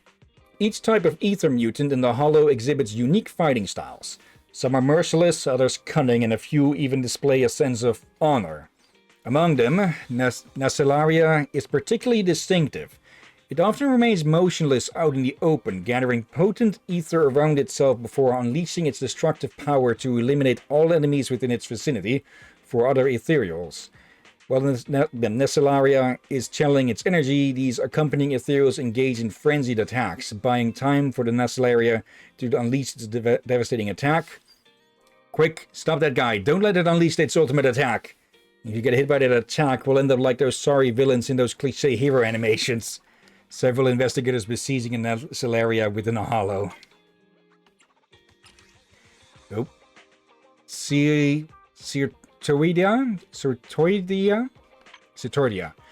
According to Hollow Raiders, Certoidia's hunting tactics bear resemblance to those of a shark. It stealthily prowls in the shadows, lurking beneath the surface, and swiftly strikes its prey with deadly precision, much like a shark. Analysis of the data suggests that Certoidia likely relies on ground vibrations to track the movements of its prey.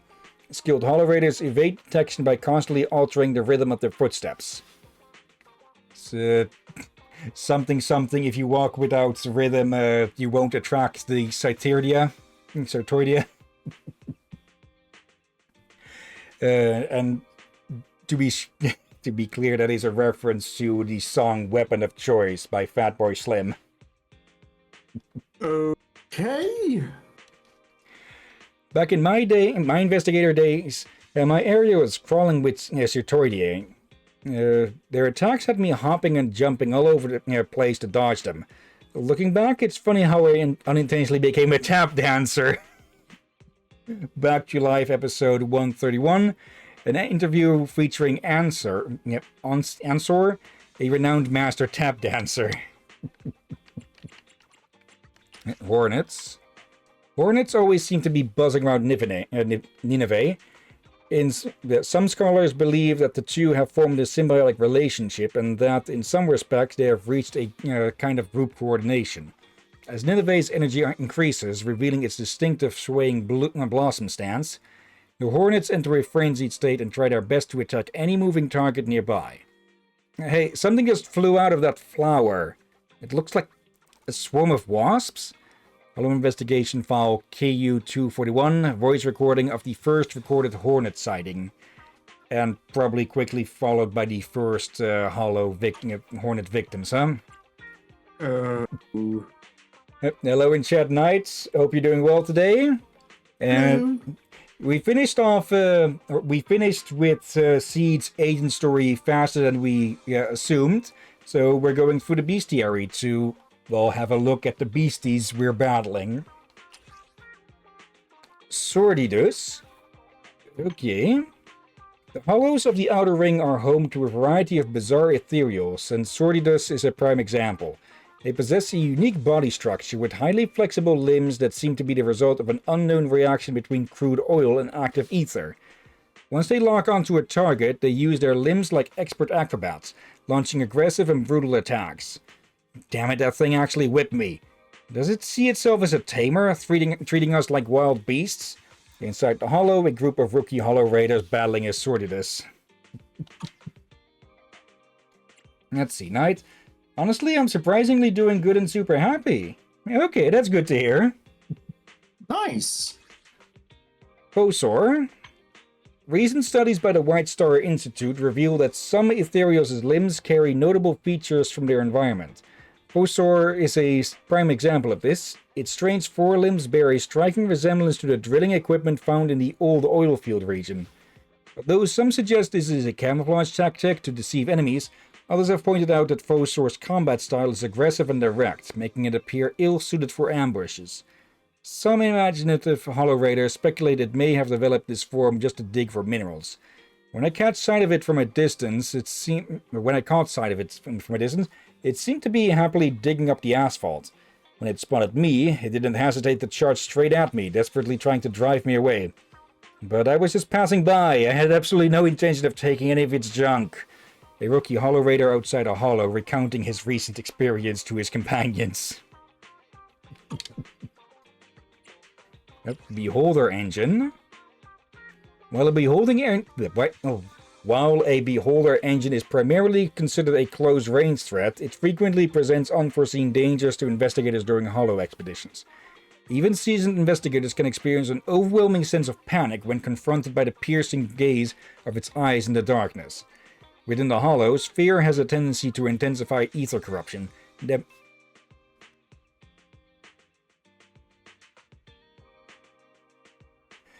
Okay, I might need to go get some water soon. Fear has a tendency to intensify ether corruption, thereby inviting calamity. The only way to overcome fear is to stare into it and fight it back. Compilation of knowledge from a senior investigator on the Planet of Disaster forum. Okay, so negative emotions might accelerate corruption. So I was right that it does... the corruption seems to affect one's health conditions and mental health as well. Yeah. Could that be. one makes sense for a lot of people would have that emotion inside there. Yeah. Let's see. Knight playing Marvel Rivals was playing Practice Doom Match. It's just free-for-all mode with a 1 hour limit before the game ends. And I was hanging out and just said in the chat I was a bit sad because I didn't have 2 emotes for the character I main, Jeff. And this random guy decided to add me and give me the 2 emotes even though we just met. Oh. Okay, just random act of kindness. Okay. Spectre. Influenced by the distinctive decor of the interior of the ballet twins, specters have the grotesque and twisted limb configuration of an artistic sculpture. Some investigators believe its unique shape... I have to agree with that statement if you look at the picture. That's... Yeah. It looks like someone tore apart a statue or multiple statues and glued them together. Yeah, like... They gave it a cape, but they took off your shoulders and put them on your chest and, from the looks of it, also on your spine. Let's see. Some investigators believe its unique shape is intended to enhance the protection of its ether core. Others argue it's merely a trick designed to distract its enemies. While its enemies are mesmerized by its peculiar posture, a Spectre will seize the opportunity to launch long-range attacks using concentrated ether. I looked at this bizarre structure and thought to myself, was it trying to play a game with bowling with its own head? But before I could make sense of anything, its bowling ball had already smashed into my face. Posted by an anonymous user on the internet. Okay, one more row and then 2. Ahriman. Okay. Due to its unique and grotesque shape, Ahriman is often mistaken for an art sculpture in the Ballet Twins. As a result, many novice investigators are left with lifelong trauma when they first encounter an Ahriman. You just passed by a certain sculpture when it suddenly moves. And that fearful moment frozen in place is the perfect moment for Ahriman to launch a surprise attack. Corin, don't be fooled by how it looks. It's no fancy art. Now, let's clean it up. Lycon instructing Corin to clean up. Okay, it tried to jump scare her, but instead it got jump scared and torn to fucking shreds. Okay, Mandrake. I do like that we have a few of these quotes from our friends and such. Let's see. Mandrake derived their name from a toxic herb. The scholar who initially assigned the name believed there was a resemblance between the two solely based on their appearance. While blooming, mandrake emit heat rays targeting nearby objects, while sturdy leaves anchor it firmly to the ground, preventing uprooting. When threatened, mandrake may use its sharp leaves for self-defense. Similar to the legend of their namesake, mandrake cries can be highly deadly. Stay away, it's gonna bloom any second now. Mandrake blooming in the movie Deep Fear. Blast crawlers. According to research reports conducted by the HIA, blast crawlers with their low mobility and causing only small explosions are classified as a low-threat, non-concern, lower-tier ethereal. However, astute businessmen have recognized the opportunity presented by their rounded bodies and short legs. A film titled Roll Over, Little Blast Crawler gained significant popularity, leading to the sale of merchandise like blast crawler dolls and pillows at remarkably high prices. I didn't expect our dolls to be more deadly than the real deal. On your wallet, at least. It looks like I'll be surviving on instant noodles next month, Billy. And be checking her wallet in front of the shopping street grain machine. Oh dear. And also, So- I could guess some of these are from insects. Could be. You just look at it for it. Some of them is easy to figure. Okay, that's from an animal. Like if it's from a humanoid, it have a humanoid shape, but an animal have a more animal shape. What about that is some kind of insect? Okay, so it is highly likely that Ambi owns one of those dolls, since, well, she was spending a lot trying to get one. So whether she actually got it... let's see, Knights. Thing is that I wasn't even trying to beg for it. I was just sad that I didn't have enough in-game currency to get them. And I'm trying to get a new PS5. I haven't been able to play the new patch at all because my PS5's gotten old and it has dust deep inside it. Parts where I can't get to without proper tools, and so it causes my PS5 to overheat really fast. If I even load up ZZZ, my PS5 overheats to the point it automatically shuts off. Couldn't you bring it over to a repair shop or something to have them open it up and clean it? It'll be pricey, yes, but it'll be less pricey than buying an entirely new one. Yeah, they designed the new PS5 to be easier to clean it out, which makes me wonder, how badly have you been keeping up with cleaning it out regularly for it to happen? Let's see. I hate that with the new gen shite. It breaks so fucking easily. My PS4, I think I went through 2-3 controllers because they all had stick drift, but with the PS5 I've already gone through 7 to 8 controllers. Okay. The repair shops don't actually offer those services. Okay. Okay, I never heard anyone having that much issues. But wait. Oh no, I think I do have how I just realized a pattern. Oh. Many times I hear people having similar issues to what Knight have here. People that live in very warm climates, so to speak. Okay, I was going to bring that up as well. Yeah, it probably doesn't help that the climate there is a lot more humid and hot. So I think I heard people living in more very warmer areas having these kind of issues. I do suspect that in other countries, those console controls just do fine, even with during hot days. But I don't think they were tested for very warm countries. Yeah. Let's see. And it's super hard to get the actual tools to open it fully. I clean it pretty regularly here. I've had the PS5 for a few years. Okay, so at least it didn't break the same year you got it and such. That would be a problem. Yeah. Let's see. Hoplite. Well, categorized by the HA as a low-threat ethereal, Hoplite proved to be a formidable opponent for novice Hollow Raiders and investigators. Its forelimbs are covered in a thick, inert ether matter, serving as both a tough shield and an intimidating weapon. The only drawback is its top-heavy appearance, making it not look very clever. Alright guys, check out this sorry excuse. This is Hoplite. When ethereals gather together to play rock, paper, scissors, this idiot always plays paper. Hollow Zoo. Special episode about Hoplite. Fawn. Okay. A living humanoid ether that was first spotted in the Hollow in the new Eridu Metro. It once raised debate among the among the HIA, as some believed it to be living ether converted from the corrupted, while others claim it to be pure living ether affected by the Hollow environment. The association considers it of low threat due to its limited intelligence, but one should never underestimate them, as they usually appear in groups. Have you ever been late or fined because of a red light? Feels terrible, right? Well, here's your chance to blow off some steam.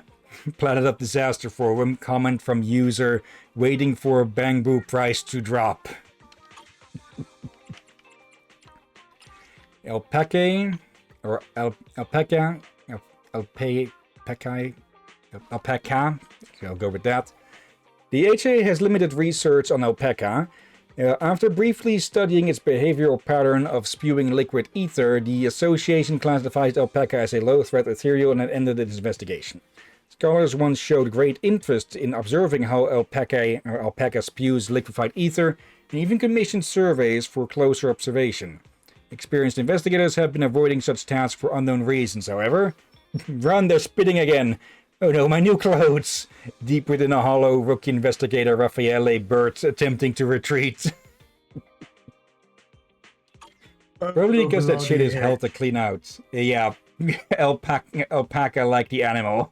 Only it's with an E instead of an A. Yeah, just some hollow investigator who's just come back from a mission involving those things goes to the zoo, if there even are freaking zoos, and they get to the alpaca exhibit. Freaking PTSD right there and then. Oh.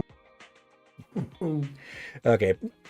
PTSD is nothing to joke about, though, but we are, well, speaking of fictional characters fighting fictional creatures that resemble alpaca. Let's see. And last but not least among these, the Tyrfing. The HIA has been studying Tyrfing's behavioral patterns, and research results show that its seemingly unbalanced stance of swaying and skewing is, in fact, a highly effective stance for launching successive slashing attacks. Due to its frequent appearances and aggressive behavior, Tyrfing has been identified as one of the most deadly ethereals in the Hollow, particularly for certain Hollow personnel. When faced with a shielded enemy, it relentlessly launches attacks until either its enemy or itself is destroyed. Perhaps they don't actually hate us, but they just think of us as punching bags for practice? Midnight Talk Show Back to Life, episode 165, featuring retired Riot Patrol officer due to injury, Nobby Hillyan. Okay, that's a name.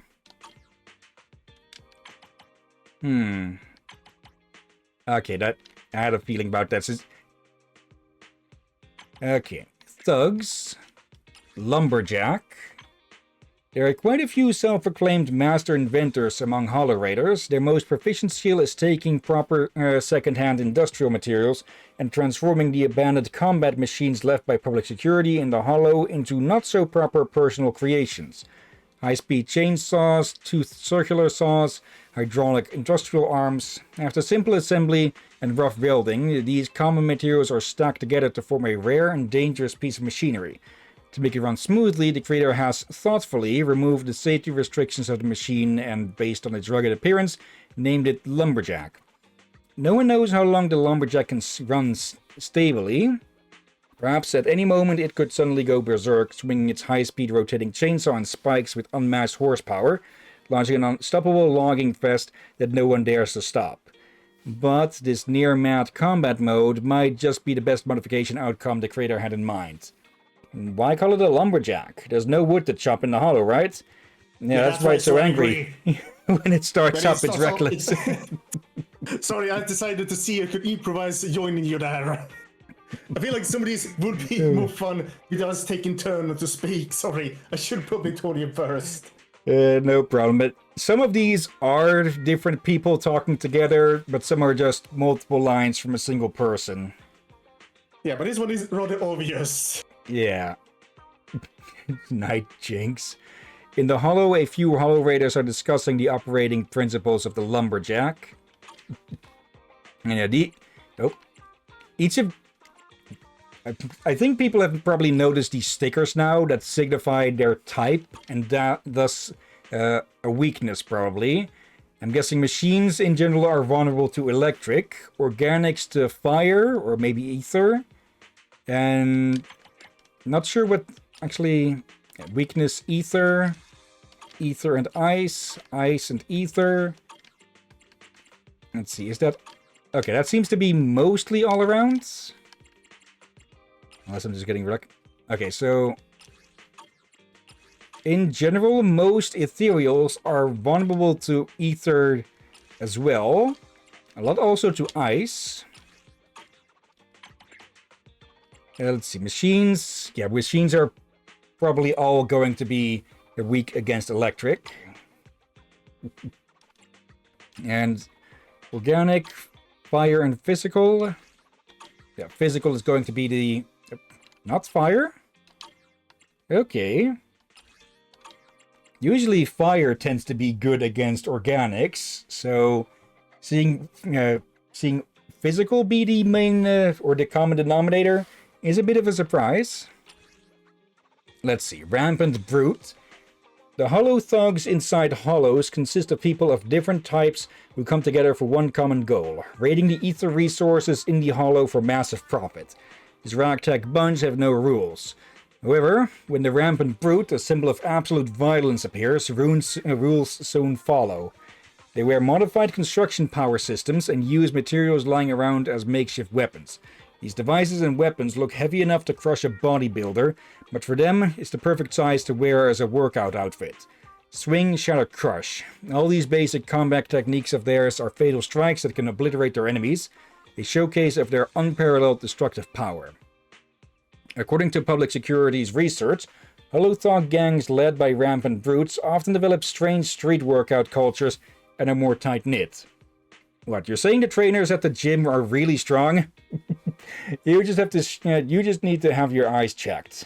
You should join us. Train with the boss for 3 weeks and I guarantee you'll have perfect biceps. Somewhere in New Eridu, some hollow thugs are trying to convince people to join them.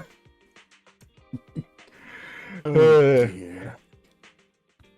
Now I'm just picturing a group of gym bros that moonlight as hollow raiders. I would not be surprised if that's a thing.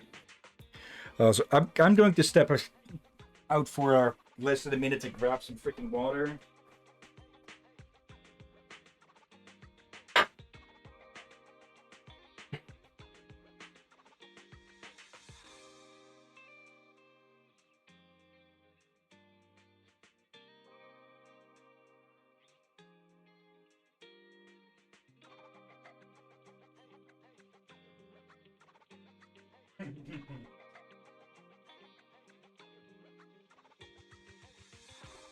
There we go.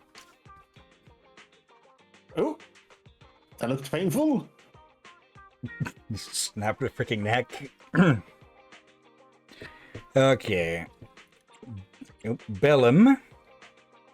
As an arena champion with an impressive win streak, Bellum once called himself the #1 fighter in the outer ring, until his win streak was ended.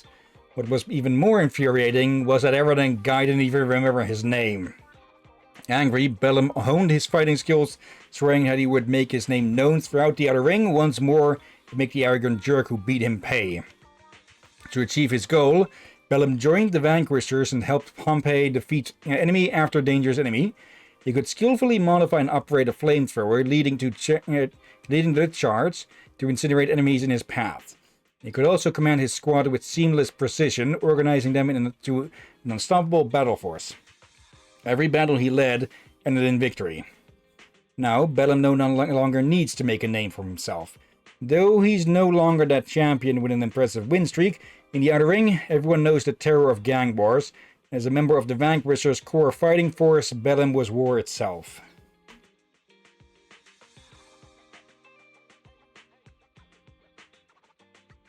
Okay, hopefully that'll be the last one in a bit. Yeah. Like, we generally talk quite a bit during these streams anyways, but that's typically with a bit more bit more pauses than this. Yeah. Now, let's see. You don't want to do menial jobs? Heh, you can complain about that once you defeat Boss Bellum. Now go clean the toilets. Within the Vanquishers' camp, a veteran scolding a slacking rookie. And then he got his ass beat again by Lighter. Oh, hello. Oh no, this is just the text from the doppelganger, since, well, the other version is a doppelganger. And Pulchra. What? Without a mask? Yep. Like, I know that there has been at least one mod that removes her mask, but I don't know if she actually has lip syncing behind that. Let's see. No one knows where Pulchra came from, or where she goes, but she's definitely not covered in cotton. But she was once one of the top mercenaries of the Outer Ring, a chameleon who was adapting depending on the situation. Not long after the previous Torrid Inferno ended with Pompey's consecutive victory, a few factions conspired in the shadows to launch a surprise attack on the Vanquishers. This scheme was easily dealt with by the Vanquishers, as if all their plans were within the Vanquishers' grasp. The losers were chased out of the old oil fields, yet Pulchra, who had allied with them, was completely untouched. Naturally, many believed that this victory relied on a betrayal. Though many made offers, hoping she'd join them, Pulchra never officially joined any gang. Perhaps to her, all these conspiracies and conflicts within the Outer Ring were just a game she could quit at any time. Even if her employer was loathsome, she wouldn't care, so long as they had the money and the job was interesting. Especially if the job involved luring an enemy into an exquisitely prepared trap, allowing her to watch them slowly descend into the abyss of death. luring, deceiving into complete destruction. The more beautiful, the more deadly. That has always been her code of survival. What, you want to work on the big sis pulchra? Another poor sucker. Within the Vanquisher's camp, a rookie being teased by a more senior member.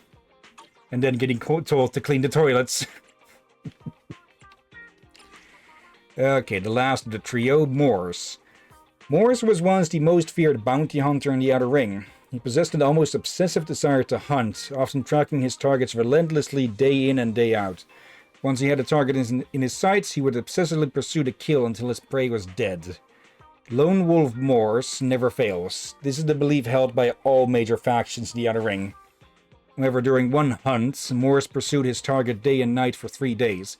Yet even after exhausting his strength, he still failed to kill the target. Surprisingly, the man named Pompey didn't take it personally, and instead offered an invitation to the defeated Morse, asking him to join his own organization. From that point on, the infamous hunter, Morse, was nowhere to be found. However, within the Vanquishers, a new figure emerged, a silent, solitary captain. Even now, Morse remains elusive, often disappearing for long periods. He only resurfaces when faced with a foe who generally intrigues him, not out of duty as a captain, but simply to indulge in the thrill of combat and the sheer joy of the hunt. You want to challenge Captain Morse to a duel? You really think you're up for it? Go sign on over there first, then come back next month to try your luck in the draw. In the Vanquisher's camp, Morse has been fending off the enemy. Okay. Does he literally have a freaking queue for challengers? Illegal support unit enraged sweeper. A significant number of combat mechs belonging to public security are destroyed within the hollows each year. It's the second typo now. Or second typo in 2 messages, or 2 posts. Entries, whatever. Some of these mechs are subsequently repaired by hollow thugs and illegally modified into enraged sweepers. Despite lacking access to standard parts or professional repair services, the thugs manage to restore these mechs using makeshift components, striving to maintain their original combat capabilities. In their pursuit of individuality, the thugs often apply custom paint jobs and even install high-powered loudspeakers on their enraged sweepers. While this does not enhance their combat effectiveness, it does make them seem cooler than the originals. Here we go, there's an easy prey with pink hair over there. Yo, switch to the background music we always use for robberies. A hollow thug urgently debugging an enraged sweeper in a hollow. Only to probably have it be destroyed by Nicole and the other cunning hairs right after, huh? Yeah. Does that mean that when we're fighting one of these things, the background music is diegetic or in universe? Maybe. Let's see. Bulky Enforcer. There is consensus within the new Eridu underworlds that the most formidable fighters are not the champions of the ring, but rather the bulky enforcers and wanted enforcers lurking in the depths of the hollow. These professional thugs are hired by ether thieves at high prices to protect their illegally excavated ether resources. Being ardent boxing enthusiasts, bulky enforcers have modified high-voltage stun guns into boxing gloves, augmenting the destructive power of their punches. To them, Ethereals, Hollow Raiders, Hollow Investigators, and even scattered members of public security are not seen as opponents, but merely as training sandbags for their personal amusement. Wait a minute, I think I've seen this guy's fighting stance in the arcade on 4th Street. Billy dealing with a charging thug in a hollow. Oh dear. Let's see, Knight. So how far are y'all into the story, by the way? We just finished off Seed's agent story. So yeah, chapter 4 of season 2 is next. Though... We'll see when we actually stream that, because we also have some of the previous events to cover. Let's see. Where did I leave that on this note? Here. Band of Brave Bamboo, Spotlight Showdown, I think I added that one down already. Problem Soldier Boot Camp, Rhythm Rave, that one's really short, and Enna Treasure Hunt. We'll probably do the... I'll have to note down how long each of these are. Battle of Brave Bamboo is 43 minutes. Spotlight Showdown, I think I got that one down to 15 minutes from half an hour. Let's see. Nice. How did you like Seed's agent story? I know some people found it extremely sad. I know multiple people who cried as well. Yeah, it is good. Yeah. Yeah, it is damn good, and yeah, I agree with the sad part. Okay, and I did say this as well last time, but it does make it sort of creepy that she is quite literally driving around the corpse of her adoptive father like a fucking Prius. I feel like that's a oversight from the developers. Yeah.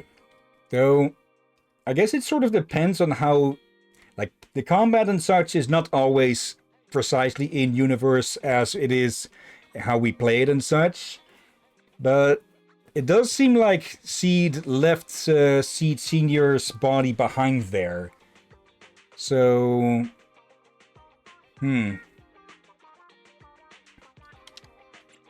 let's see. We've got one missing here.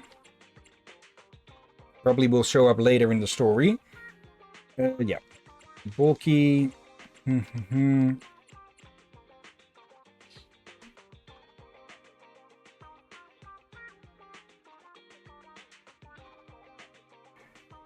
Okay, I got the feeling I've got some sort of freaking throat infection or something. Ugh. Been leading off for days with that.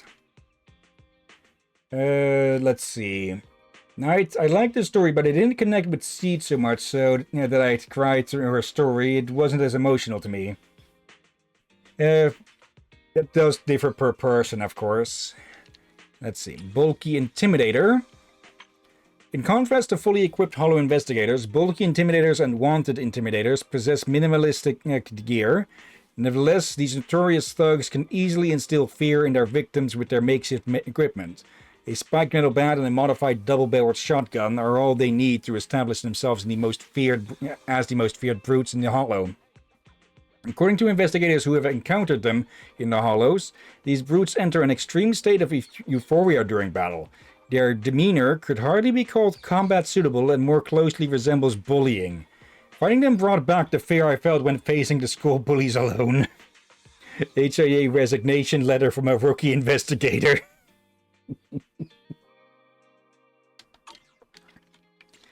Actually. Okay, so this is mostly just a visual difference then between the bulky and the wanted ones, in that these have, well, sleeves and a jacket. And yeah, the same here, really. Okay. And that brings us to the most common of these idiots. Let's see. Night, for me, the saddest one was Harumasa's. I extremely love kids. Seeing and hearing what they went through was just broke me. Yeah. Let's see. I guess I'd have to look back on the ones that we have done to see which I would call my favorite. Okay. Assaulter and Ambusher. Not much of a difference again, though this one is the most used appearance out between these two, I think. Is the text the same? Yeah, looks the same. As the vanguards in the Hollow Raider gangs, assaulters and ambushers often brandish their weapons and charge ahead independently. This isn't because of their recklessness or disregard for teamwork, but rather a precautionary measure to prevent accidental harm. The modified transformer coils in their hands release high-voltage currents upon contact, capable of paralyzing or even knocking out an opponent with just a touch. And in the logistically difficult Hollows, an incapacitated teammate would pose a terrible challenge for an entire squad. What's this? Let me check it out. Oh, it's some electric baton replica. Final words of a curious novice investigator before falling to the ground in a hollow.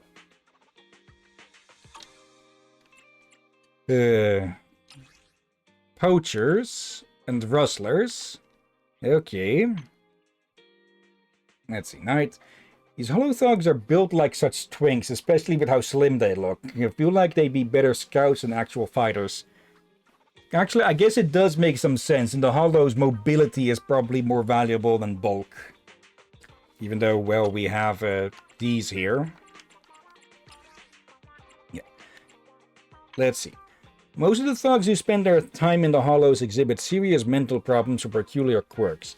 Fortunately, the poachers and the rustlers within the gang have managed to maintain their sanity while embracing the filthy methods of traditional villains. Cowardly and cunning, they excel in the art of concealing themselves within the shadows and launching surprise attacks on their targets. They would never choose to attack head-on if they could ambush. Their composite hand crossbows, though limited in power, produce minimal noise when fired. Seasoned poachers often seize the perfect moment and immobilize their unsuspecting prey with a single well-aimed shot. I used to be a public security officer, then I took an arrow in the knee while on a hollow operation. Okay, I did not expect a Skyrim reference here of all places. A senior member of the Nightingale Security Company talking to a rookie. Is this actually different here? No, it still speaks as poachers instead of rustlers. Pyromaniacs and arsonists. For pyromaniacs and arsonists, robbing passerbys is merely a side hustle. Deep down, they consider themselves as adept bartenders who actively seek excitement. With precision and skill, they expertly blend various types of ether into their beverages, effortlessly concocting bottles of highly flammable and explosive exclusive brew. Unlike other brutal Hollow Raiders, they often offer their victims a choice. If the victim agrees to pay the toll, they extend the courtesy of a free drink. If the victim declines, the flammable exclusive brew will be forcibly shouted upon their head. How about we trick those guys into drinking their own weapon stash? Inside the Hollow, robbed investigator quietly discussing strategies for retreating. Okay. Well, why do I get the feeling that Bernice might have been one of these before? Actually, I'm going to say it full of 100%. Bernice was one of those before. Or at least knows them.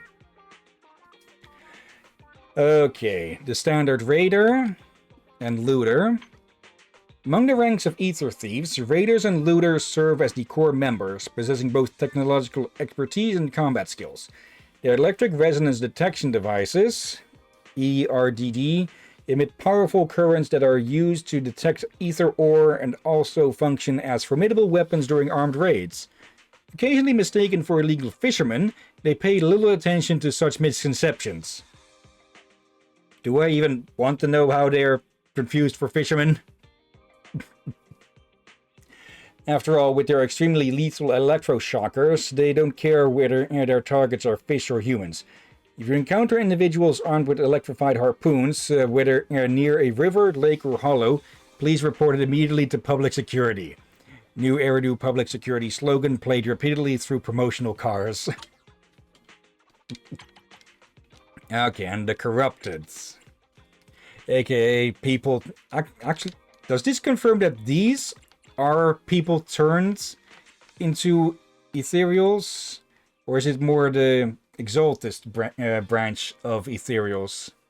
It seems like we had a Exaltist at the Ether mutants. I guess the corrupted are more advanced. Maybe. Let's see, Knights. No, a fish ethereal would be super cool to see. Ethereal shark would be so sick. We actually had one among the mutants here that was referred to as shark-like. Which one was it again? Go up. Higher up. No, go down. They say Certoidea. There. Certoidea. Yeah, this one was described as sharks. They're in the ballet twins. In this way, anyway, corrupted. Miasmic Fiend Unfathomable. Okay. A monster formed from miasma and the memories of a mystic. Every painful, haunting moment now sealed within this chaotic form.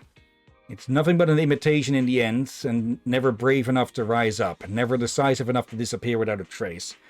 Yet for its creator, this was sufficient. As a mere pawn, those memories steeped in agony served as potent fuel, enough to turn the Hollow upside down and expose all secrets to the world.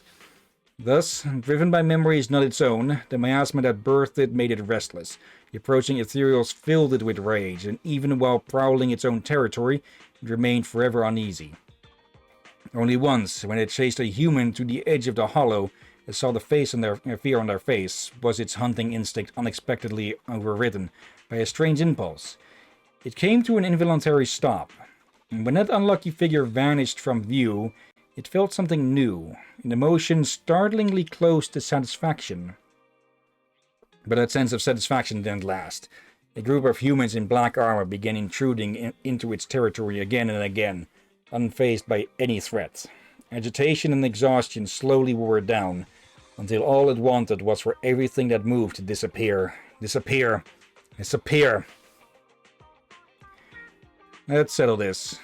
Strange. What was that voice? It's deeply connected. The one who tied the knot must be the one to untie it. Memories long smothered by madness stirred back to life. Yes, that was the sound. The one that had echoed endlessly in its mind. Though instinct streamed for it to attack, its body hesitated. Its gaze followed a glint of silver hair, so much like its own, desperate to see if the voice belonged to the figure that kept resurfacing in its memory. Distracted, it took a direct hit to its core from behind, excruciating pain nearly breaking it. But it still heard that faint whisper. "I'm sorry, I must do this." Though the words made no sense to it, that near-satisfying emotion returned. It became aware that something genuinely frightening now had it in its grasp. It might die because of it, but it had no intention of fleeing.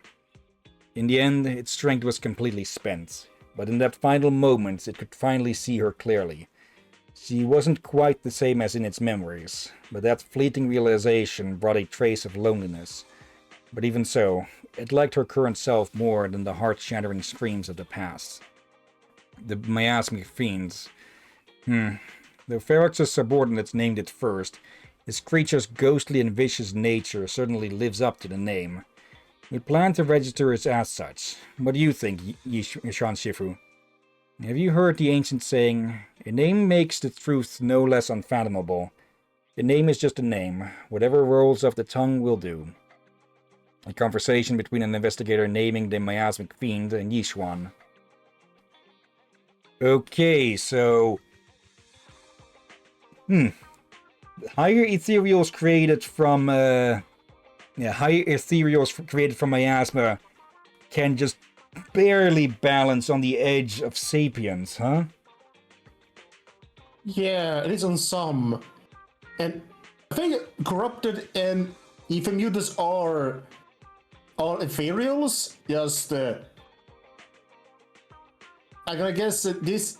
No, we still see some of the old ones from the miasma area in the mutants as well. So again, I think they're part of the same bigger faction. Just you could call them sub-factions. Yeah.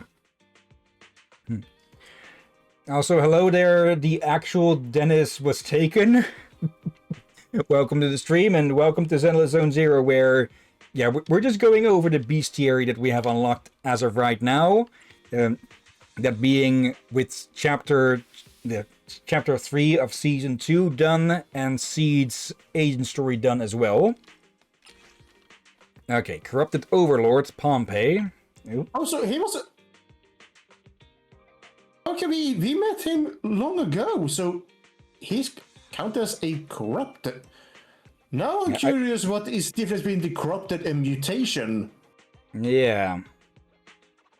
Let's see. People in the Outer Ring once called him the Overlord Pompey with true respect, but now his soul has been corrupted by potent ether, his body polluted by sulfur and crude oil. The heart that once beat its solely to protect the Outer Ring has turned into a supercritical ether core filled with infinite power. The former lord of the Outer Ring has been reborn in flames, taking on a different form. Freedom, majesty, violence, insanity. It charges through the dust and flames, seizing anything that moves and then mercilessly tearing and shattering it. Those familiar with it before have guessed from its fractured whispers that what drives it is not a desire for petty revenge, but rather a desire to crush all outliers who dare to challenge the laws of the Outer Ring. Maybe it's the last vestige of the former Overlord Pompey's lingering will. Our leader has turned into that thing, but he still feels like the same person. A former henchman of the Vanquishers, shaking with fear. But hey, look at the chat, Captain. They said something there that may make sense. Let's see, corrupted probably means when it's an instant corruption. Okay, Yeah, that would make sense with these here as well. Yeah, and from what I remember, someone was poisoning Pompey. So once he got inside the hollow with a already weakened heart. Yeah, it just accelerated it. Okay, that looks like that looks like a corrupted version of the exploding nuisances. Okay, and this thing, the unknown corruption complex. Belobog's founder, Corus Belobog, once said that construction machines are the combination of strength and beauty, with attention to every...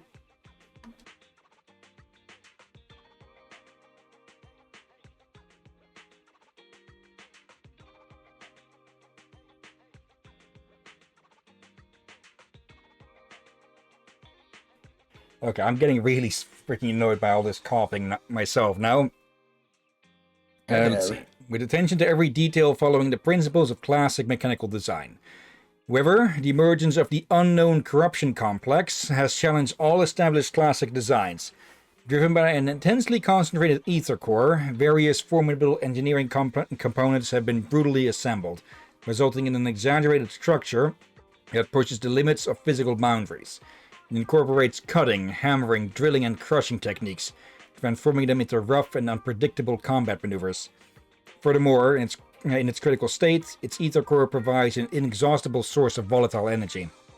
This enables it to envelop its carapace with high voltage currents and unleash devastating blasts capable of ripping through the ground and pulverizing nearby enemies. According to HIA speculation, the UCC is able to devour and assimilate a wide range of heavy machinery, including military mechs, laser weapons, and even the short-range missiles of the Defense Force. Every intricate mechanical object it encounters is consumed, dissected, and ultimately assembled into its structure, or assimilated into its structure. Its design objective is to achieve unrivaled destructive power and maximize efficiency in its relentless slaughter. It's designed far too strange. Alright, so I'll just take one more look. Grayson observing an unknown corruption complex deep in a hollow. Of course. Oh, the chat. Yeah, let's see. Mind if I just call you Dennis, or would it be more Denise? I'm guessing Dennis. I wanted to check the wiki. I'm gonna status stack buffer overrun. A corrupted is a human or machine that was corrupted by ether matter and yet was not completely transformed into an ether mutant, retaining some of its pre-transformation features. Okay, and Dennis, okay. So, corrupted is... Okay, so these, or some of these still are, or were people then. But just more affected or more corroded? We do know that the Red Fang leader gang, the Red Fang gang leader, just instantly turned into one of these. But yeah, with this thing, it's probably best that we encountered it with construction equipment and not military equipment then, huh? Let's see, Flame Cantor. A high-ranking priest of the Exaltus who holds the position of Flame Cantor and who has the power to manipulate miasma. This defiling force drains life while the flames light the path ahead. While all Exaltus fanatics tend to either shout or chant vague slogans like refinement and creator when attacking you, few can make known the experience of true refinement using miasmic fire like this one does. They just charge at you, streaming things like refinement, creative purification, and whatnot. Member of the HIA Anti-Hollow Fanatic Task Force. Okay, so the HIA is actively aware of the Exaltists and other fanatics. Let's see. Knights, what's a Cantor?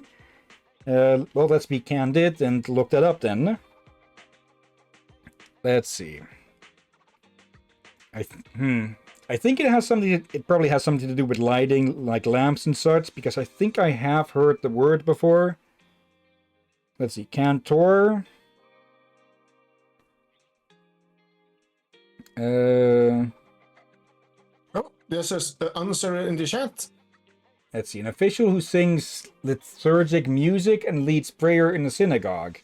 Okay. In Christianity, the cantor, female chantress, sometimes called the precentor of the, or the, okay, now it's just getting into Latin stuff. I'm skipping that. Okay, and apparently there's also a mathematician called Cantor. Okay, let's see. Corrupted bandits, ruthless fiends. Unfortunate souls mutated by the intense corruption of ether matter within the hollows. Due to a considerable degree of ether aptitude and physical capability, their bodies have not been completely transformed by the ether. Humanoid features are more dangerous with enhanced mutant limbs. Judging from the remnants of clothing and its combat experience, it was likely once a senior gang member or raider lurking in the hollows. Bandits are notorious for their dangerous behavior, and within their ranks, Hollow Bandits stand out as the most ruthless.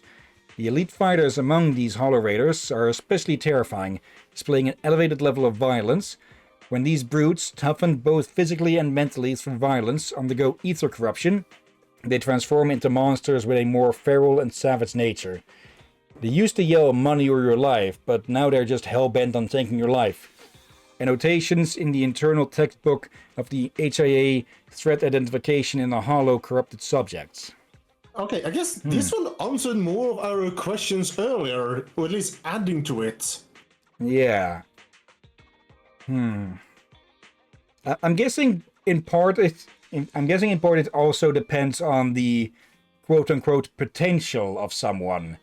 With, well, people with low ether aptitude skipping the corrupted stage immediately into just ether mutants. Yeah. Let's see, Knight. I see. Some similar to Chanter, like how you would chant to cast a spell, yeah. And Dennis, I shall chant the creator to refine me. Yeah, but this also means that the higher aptitude someone has, the more dangerous they'd be if they were to corrupt. Yeah. Wicked Wraith. Okay, same description as the other. Or no, not completely. Let's see. The makeshift firearms favored by these bandits have somehow been preserved and enhanced by the ether matter. They no longer fire iron bullets, but rather fire dangerous crystalline mixtures.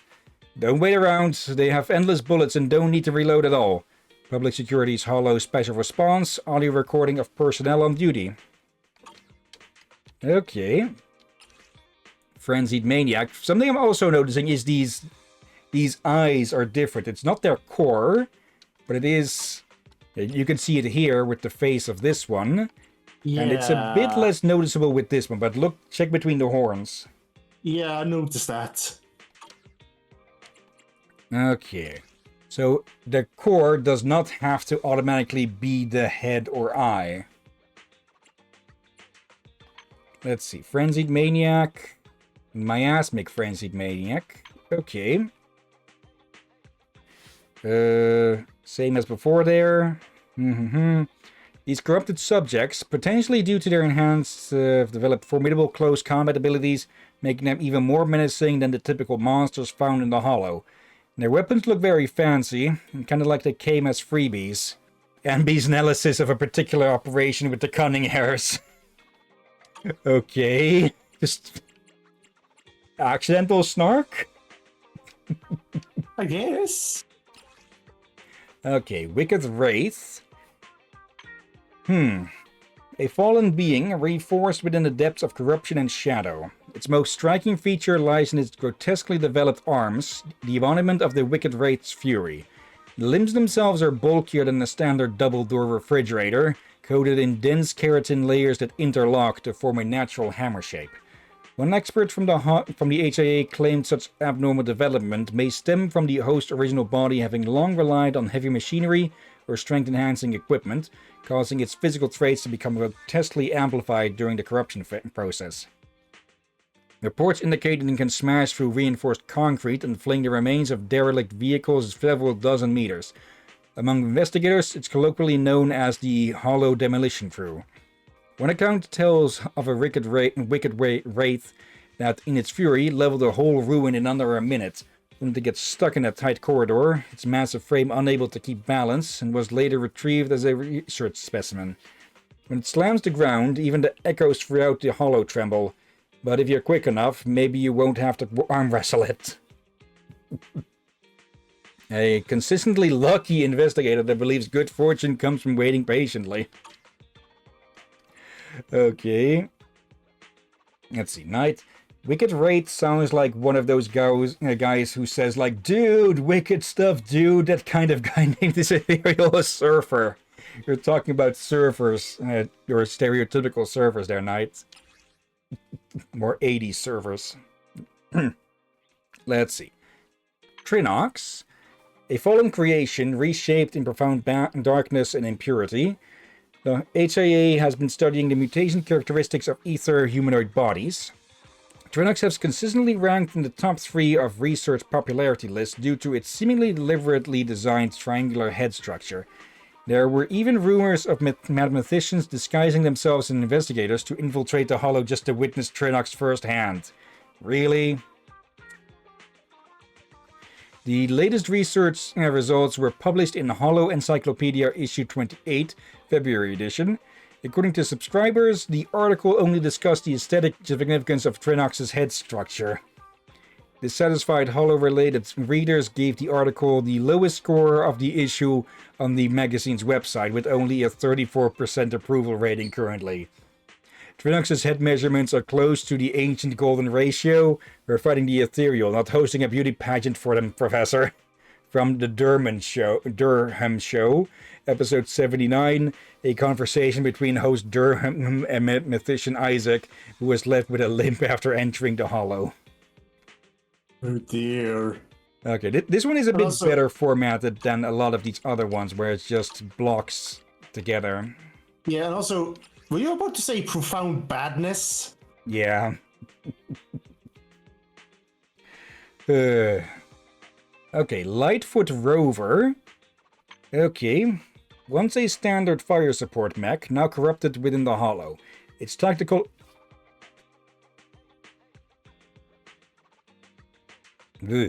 Its tactical algorithms now in total disarray, flagging every life form it sees as a high-threat target and firing indiscriminately.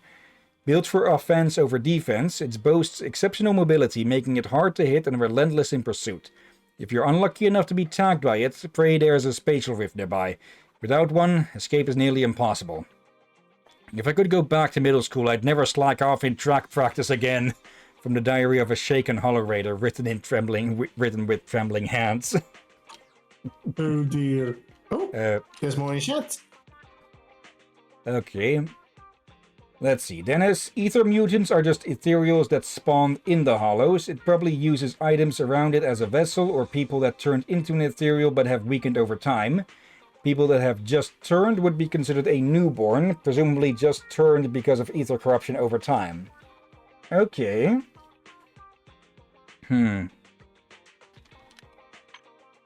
Let's see. Huskron. Reshaped in the depths of impure darkness. To step into the domain of the sleeping behemoth is to prepare for confronting the Crimson Nightmare, for it's no longer content with games of hide-and-seek.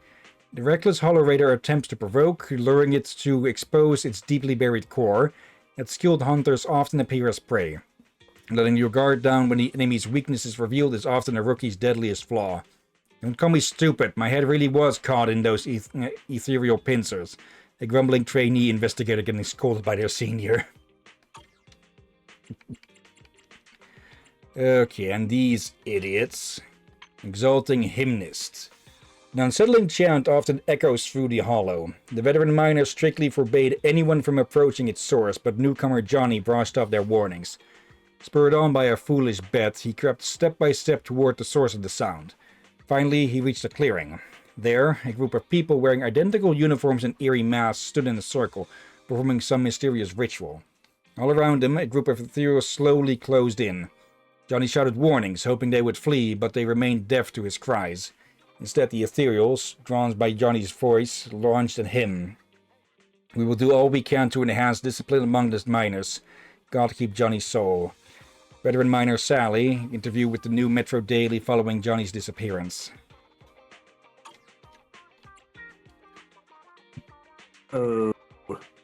Greedy Ravager. This humanoid intelligent being is a result of potent ether matter corruption in the Hollow, exhibiting both humanoid traits and remnants of its former clothing and combat style. It is likely that it was once a gang member or raider living in the Hollow. The creature's physical characteristics indicate its past as a long-range weapon specialist. Despite losing its free will and life due to etherealization, it retains its instincts and habits for long-range combat. Its corrupted form enables it to launch projectiles, attacking enemies from a distance. The ether corruption has enhanced its shooting abilities and projectile firepower. For example, these creatures may fire sharp ether crystals or mixed explosives. I told him not to touch that crystal, but he wouldn't listen. The reckless idiot never listens. By the time we were about to leave the Hollow, he changed. Faunus Quarter, Public Security Office Branch, record of an interrogation. Vicious Striker. A poor soul mutated by the corruption due to potent ether matter in the Hollows. As the original entity had a certain level of ether aptitude, the transformation is not fully complete, retaining some humanoid features of the original form. Judging by the remnants of clothing... While gangsters and thugs in the Hollows typically wear anti-corruption gear, some unlucky individuals undergo monstrous transformations due to severe ether corruption. These transformed ethereal beings retain their combat skills from their past lives, making them a more formidable threat compared to pure ethereals. They lived as criminals, and even in death they continue being a nuisance. A new Eridu Public Security discussion post on the Planet of Disaster forum.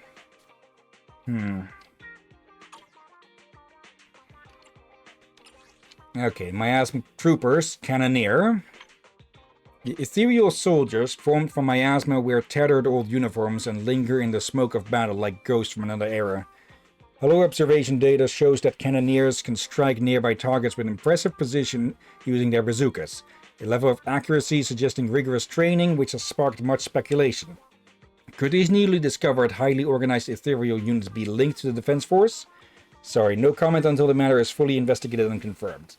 Official response by Defense Force spokesperson. And the Shield Guards.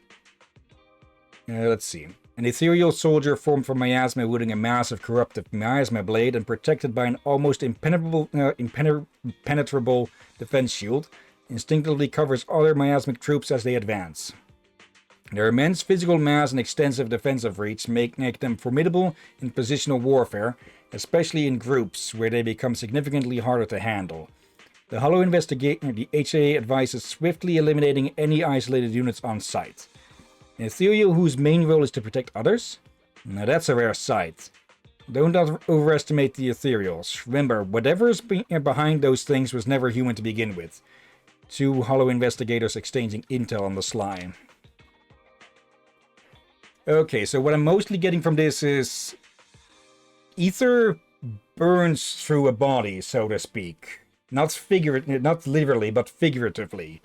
And yeah, once someone is burnt out, like the Red Fang leader, they turn into the ether mutants, which, yeah, are quote-unquote burnt out. The corrupted are still burning, so to say. If that makes sense? Yeah. Do we then have the ether mutant of the miasma priest? Good point on that, yeah. Curious. It could be that it's It is pretty much the only one of these in here. Or it could be that they've been corrupted so far that they've been completely burnt out, but are instead filled with something else to fuel. Okay. And we're now almost 3 hours in on this. Let's see. Night. I'm a BRB, feeling sick and just threw up. Gonna rest for a bit. Yeah. You go rest, Knight. That does not sound good for that to happen so quickly. Yeah, get well. And I feel like a lot of people are ill of late. Yeah. It might be something due to just the temperature changing so quickly from cold to hot. Yeah. Okay.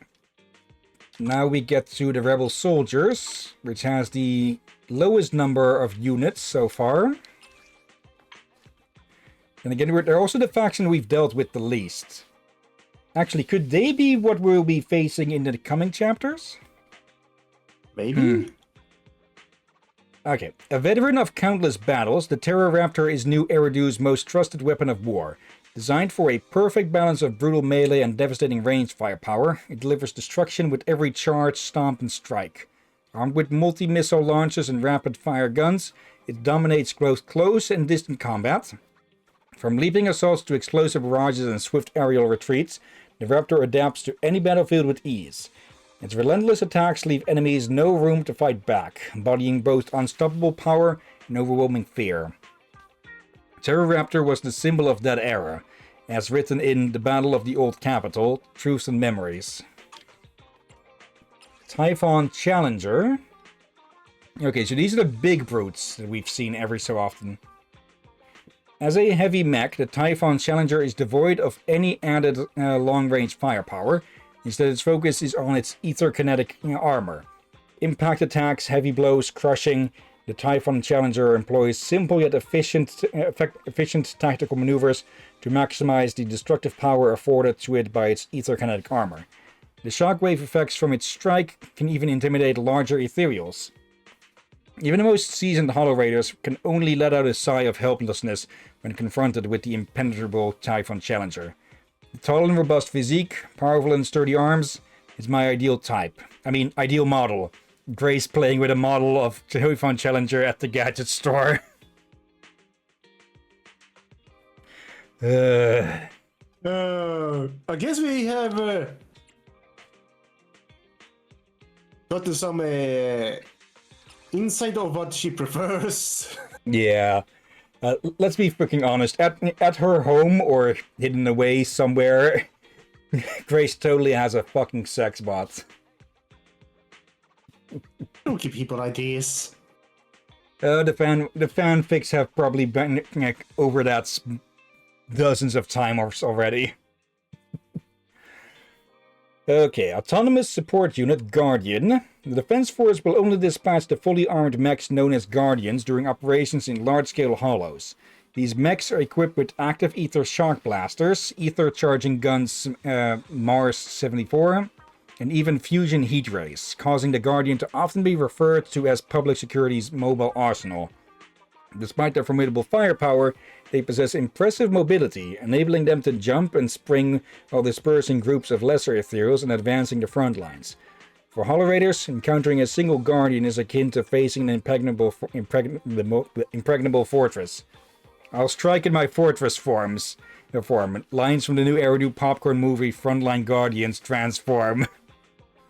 aka the new Eridu's version of the Transformers. Bloody heck. Let's see, Dennis. It could be that Overseer Makarov was a corrupted and the miasma priests are ether mutants. That could make sense, yeah? It does say put the miasmic priests as ether mutant faction, so that does answer that. The question is that they seem to move more intelligent compared to the other mutants. Yeah, Makarov isn't actually among these. Let's see. Guardian, Heavy Gunner. A heavy infantry unit belonging to the new Eridu Defense Force. Equipped with Grey Rhino heavy combat armor paired with a complete arsenal enhanced using ether technology, they can sustain high-intensity firepower for an extended period when ample ammunition is available. They serve as the assault core of a combat team and are often deployed as the front line in assault and clearance operations. After the fall of the old capital, many soldiers left the army and joined civilian factions. Since then, these elite gunners have emerged under various banners, including private armies of plutocrats, new security companies, and even roving gangs of bandits. And convinced those heavy gunners are secretly adorable little girls who somehow managed to hide all that ammo in the extra pockets of their combat suits. I mean, how else can you explain their endless stockpile of shells? Comment on the Daydream page of the Planet of Disaster forum. So, what's the plutocrat again? I heard the term before, but I never had it properly explained. Well, to Google we go then. Let's see. I doubt it has anything to do with, well, the X planets. Let's see. Plutocracy. A form of government or society controlled exclusively by the wealthy elites. Okay, so basically rich assholes. Also, I get the feeling that quote might be a reference to something. The Lightfoot Rover, non-corrupted. The Lightfoot Rover, a mainstream fire support mech in the Defense Force, is equipped with tactical algorithms that analyze the opponent's behavior and calculate trajectories for precise targeting. When it identifies a high-threat target, it deploys a swarm of drones from its arsenal, unleashing immense firepower. For Hollow Raiders, the sudden appearance of a Lightfoot Rover can spell trouble. Endless trouble. What the... It even has kids!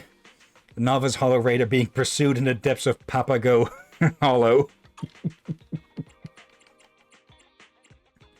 Okay. The Heavy Striker. An automatic tactical mech of the Defense Force, providing continuous fire support for frontline personnel. Its inert ether shield can withstand most light firepower and even impacts from large-sized ethereals. Undoubtedly, it is one of the most trusted companions of the Defense Force. Remember, if you're in trouble, just to stay behind them. You'll be pretty safe unless they accidentally squish you. From a lecturer sharing their experience during the Defense Force recruit training. Also, Dennis, I think I didn't read that earlier. Grace has a robot body pillow, probably.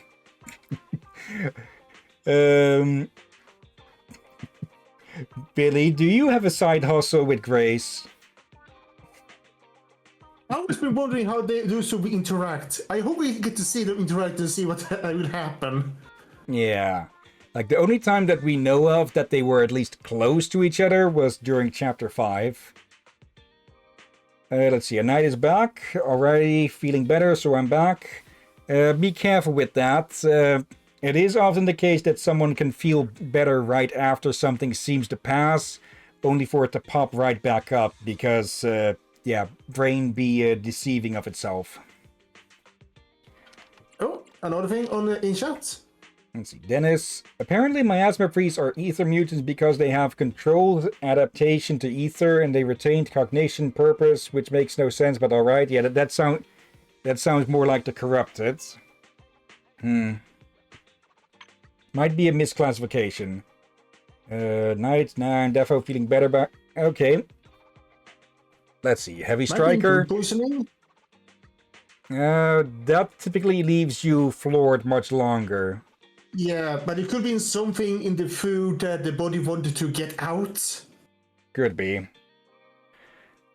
Let's see. An automatic tactical mech of the Defense Force, providing continuous fire support for frontline personnel. Wait, didn't I just read this one? Yeah, we just read that one. Okay, now the infantry. Grenadier Jaegers. Grenadier Jaegers and Demolition Jaegers are equipped with a modified version of the Mamba TG-9 bazooka, featuring special ammunition containing active ether incendiary agents. This weapon enables them to swiftly destroy enemy mech units and eliminate large ethereals within the hollows. To counteract the recoil and ensure accurate aim, they are required to undergo special weapon grip training. Interestingly, Defense Force statistics indicate recruits excelling in this program often possess prior experience in photography. Okay. Well, if you look at the picture, it kind of makes sense. Yeah, they're holding it similarly. Let's see. Want to know how to use this thing? It's like using a shoulder-mounted camera. Just lock onto your target, pull the trigger, and say, "Hey, idiot, say cheese." New recruits training camp instructor explaining how to use the rockets. Okay, and then I guess we have the normal version, or the Defense Force version, and the Rebel version.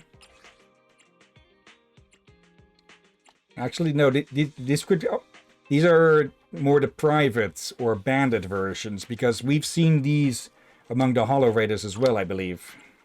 Yeah.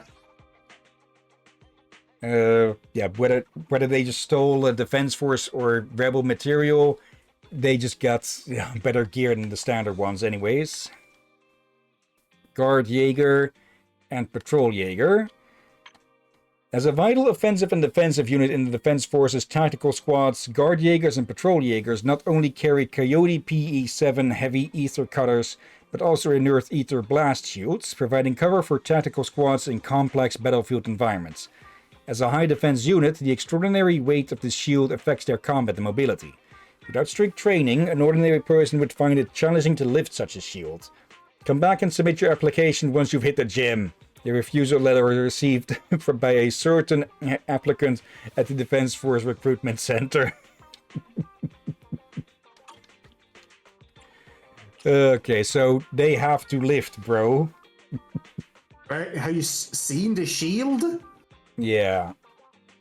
Let's see. Dennis, yeah, Miasma Priest should actually be corrupted. Yeah, agreement there. Rookie Jaegers and Private Jaegers can play a crucial role as vanguards in the Defense Force's Hollow Special Operations. Equipped with the Coyote PE-7 Ether Cutter, which boasts a high-frequency vibration cutting blade effective at deterring smaller enemies.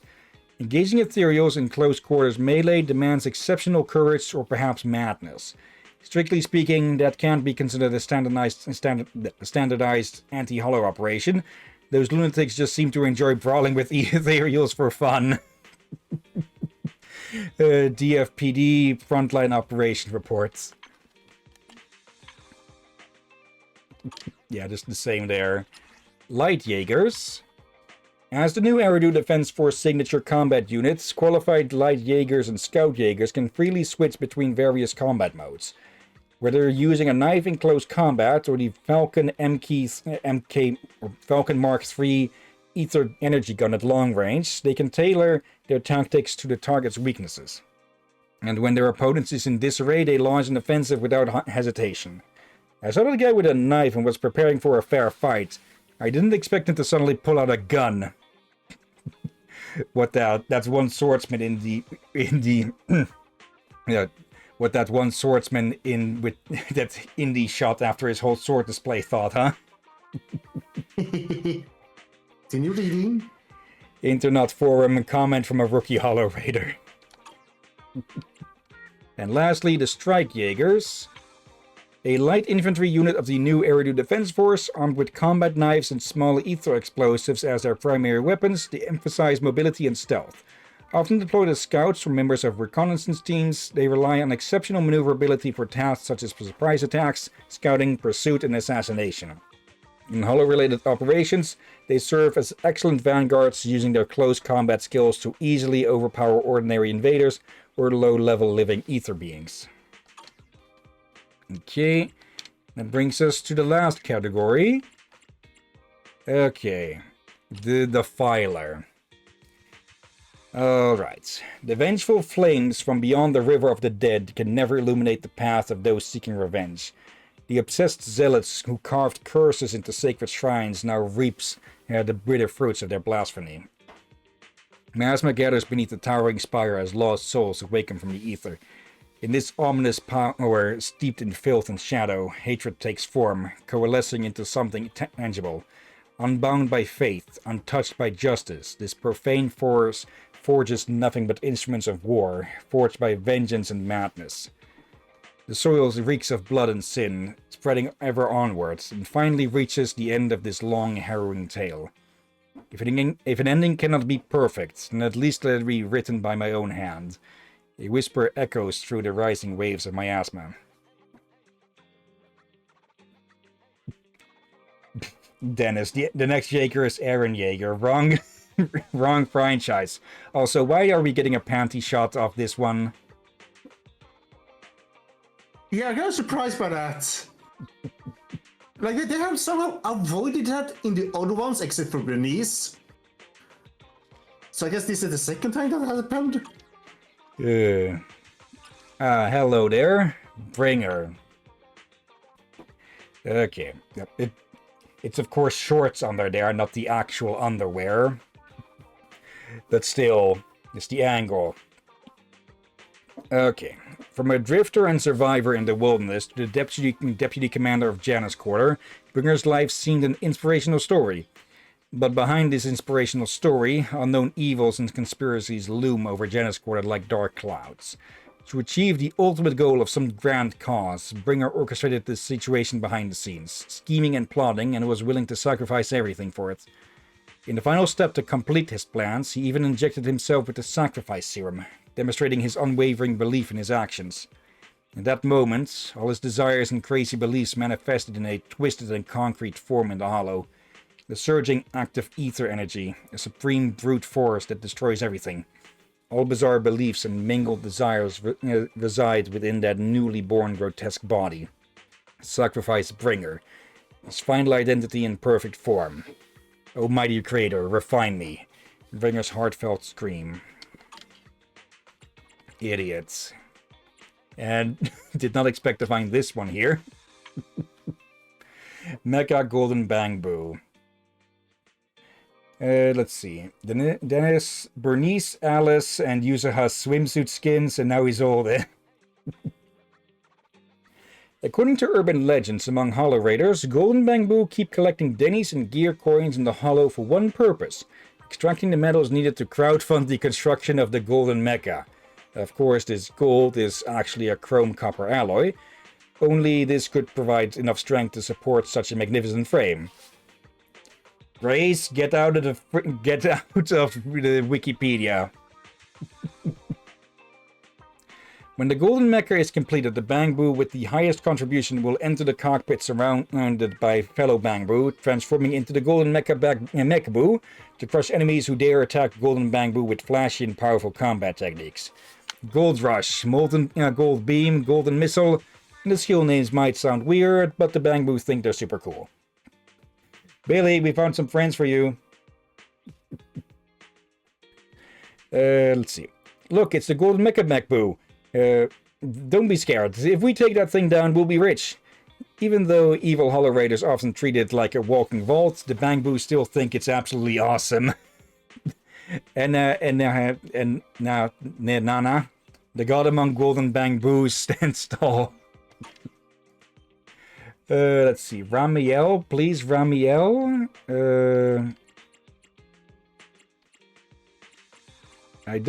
Looks like we don't have that one unlocked, if that is an actual enemy name.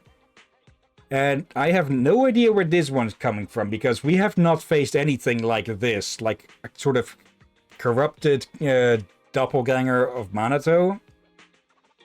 Kind of want to skip it, because, well, we haven't found what they're a part of yet. Actually, I might have run into them in Hollow Zero. That just plucks random... Yeah, that just plucks random bosses from other parts of the game. Okay, the Defector. Protection, loyalty, honor, what stands between the soldier and the line of fire, between them and the Hollows. The reasons they trade away their fleeting lives are nothing but these soft syllables. But what if what we try to protect isn't worth protecting? What if those we serve don't deserve our loyalty, and the ideals we honor aren't truly honorable? Then sacrifice becomes a cruel joke, an insult to those who fell believing in the lie. So let these flames of vengeance consume me, and me alone. Turning back, now it's far too late for that. A sigh echoes from our reef, fading with the receding tide of my asthma. Yeah, I think we said it a few times now, Dennis, but we have gotten to chapter 4 of season 2. So, some of these are still locked because we just didn't encounter them. So, yeah, please, no spoilers. Let's see. Sacrifice Heretic Jester. Its peculiar energy fluctuations reveal its identity, and exalt its creation, the source of nightmares. A fearsome hunter, it creeps up on its prey without a sound, yet at times it's like a restless child playing hide-and-seek, unable to hold back its mischievous giggle. Perhaps the miasma that birthed it carries too many echoes of lost souls, making it erratic and indecisive. If play is a privilege of the intelligence, then what it imitates is nothing more than a broken, mindless parody. There's no applause, only bloodshed. An email sent to a psychiatrist by a lab investigator, now resigned, who was attacked. Can't blame him. Actually, I got it wrong. We are at chapter 4. We're just finished with, well, Isolde's chapter. aka Obel Squad's chapter. Abyssal Enforcer. The leader of the Phantom Thieves syndicate Mockingbird is not only a master of disguise and deception, but also wields an unpredictable combat style that keeps foes on edge. His colossal scythe appears to exist solely for the purpose of harvesting the injustices of the world.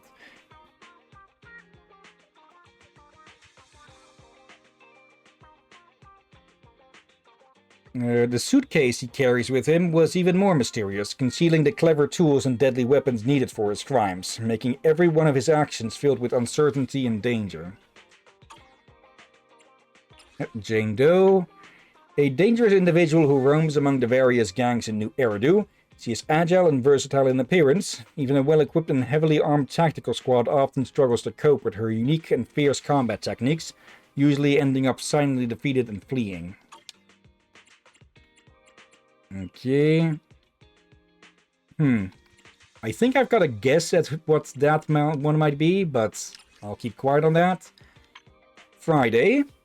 At the moment a high concentration of ether infiltrated its backup flash drive, a deluge of data flooded into Friday's memory.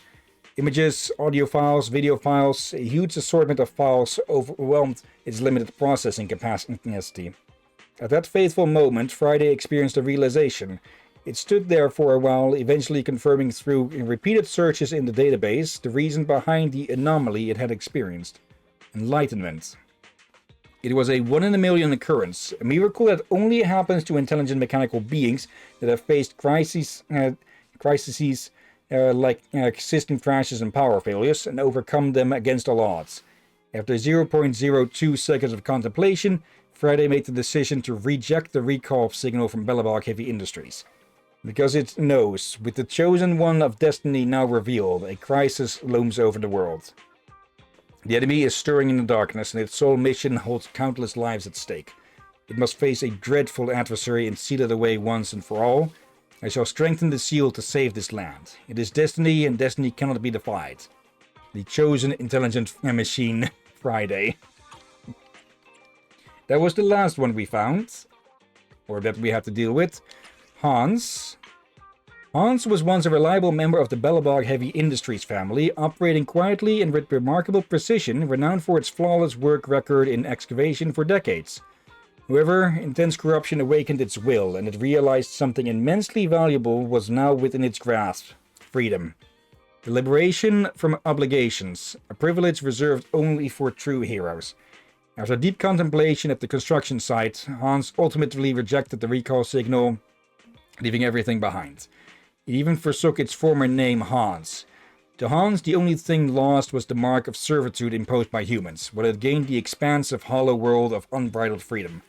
At that fateful moment, a true mech hero stood tall upon the earth. However, all heroic tales inevitably lead to a similar ending. Sooner or later, a true hero encounters their destined rival, igniting the brightest moments of their existence. I am absolutely free. I am the only free being in heaven on earth. Man of iron, brave one, sparkling engine, Hans. Okay, and Greta. A long-term employee of Belobog experienced significant corruption, liberated her from her mundane routine, where she discovered something profound, more beautiful than motor oil and electricity. Love. The construction video capturing her initial encounter with the towering Mr. White remains permanently etched in Greta's core memory. Mr. White's composed physique and robust design resonated with Greta like a potent electrical current, leaving an indelible mark in her core memory. In the first 0.01 seconds of their fateful meeting, Greta was captivated, every circuit board pulsating with overflowing static electricity and every gear emitting uncontrollable vibrations. Without hesitation, she rejected the recall and remained steadfast at the construction site, guarding her beloved Mr. White without yielding an inch. From that moment onwards, anyone daring to approach Mr. White, be it ethereal or hollow investigator, would be fiercely repelled. This love-struck girl would go to any length to safeguard her beloved. That includes wielding a 1,500-kilogram demolition saw powered by ether-electric hybrid technology. She firmly believes her passionate love will endure until the collapse of the Hollow, or even the destruction of the universe. Stay away from Mr. White, you moldy turds! And Greta driving away a group of ethereals approaching Mr. White. Okay. Knight, Mr. White. Dennis, Mr. White is Walter. Different franchise again. Knight, I remember Mr. White. That whole part of the story was my fave. Wasn't Mr. White the building? Yes, they were. Security operative. Okay, these are from Astra's chapter. These security operatives may look like ordinary security personnel, but don't be fooled. They are packing a whole arsenal of secret skills. Their job isn't just to stand at the door and look intimidating. They are the ones who step in when the boss has had one too many drinks, or who handle petty troublemakers with a cool, I've seen it all before expression. Their mission isn't to fight crime, it's to keep the boss from falling over, fix the elevator at the entrance, and above all, stay under the radar. In their world, the most powerful weapon is looking like a total badass. The best outcome is having nothing to do. After all, a great security operative is someone you don't even notice, until the problem's solved and people realize, oh, they were here the whole time. If you can stand steady enough, no one's tougher than you. Written by a veteran security guard on the front page of the Security Personnel Operations Manual. Okay. Medium Patroller. A mass-produced security unit manufactured by Typhoe's Security, modified from public security support combat mechs.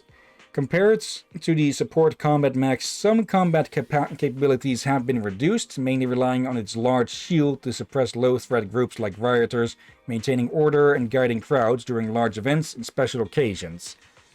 According to reports, some units were purchased and modified by illegal operators to create the illegal support unit Enraged Sweeper.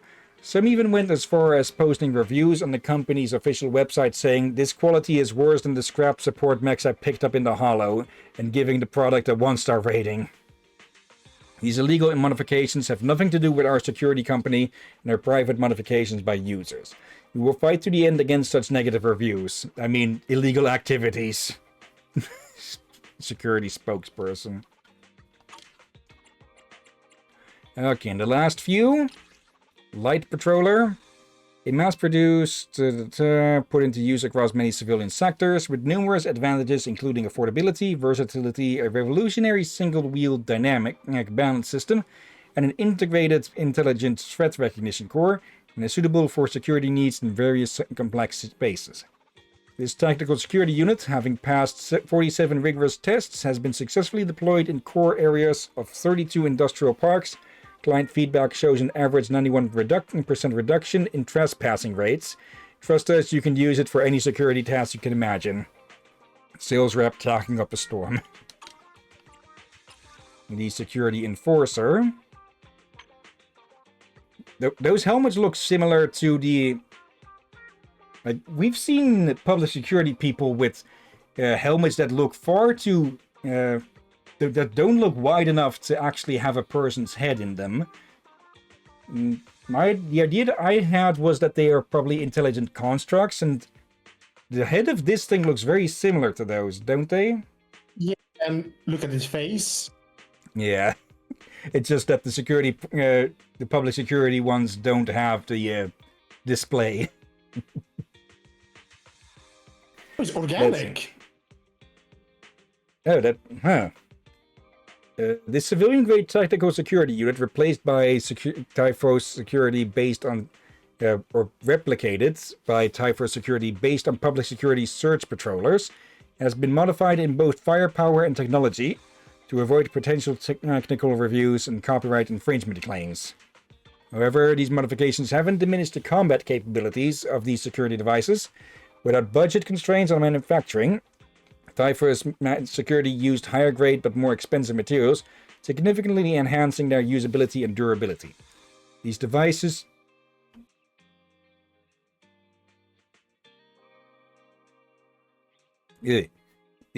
became highly sought after by many commercial companies as soon as they hit the market. Hello, security enforcer at your service. Please select your desired patrol mode. You're saying it has over 100 preset modes. At the exhibition, an indecisive buyer finally couldn't help but let out a wail. Okay, so those search patrollers are probably the intelligent construct members of public security. Miasma spawn. Ew, and this face is in the pedals of whatever that are. Yeah.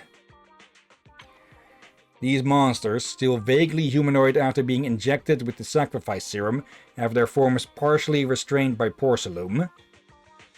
Is that the mass or something, perhaps? But the grotesque distortions on their bodies remain hard to look at.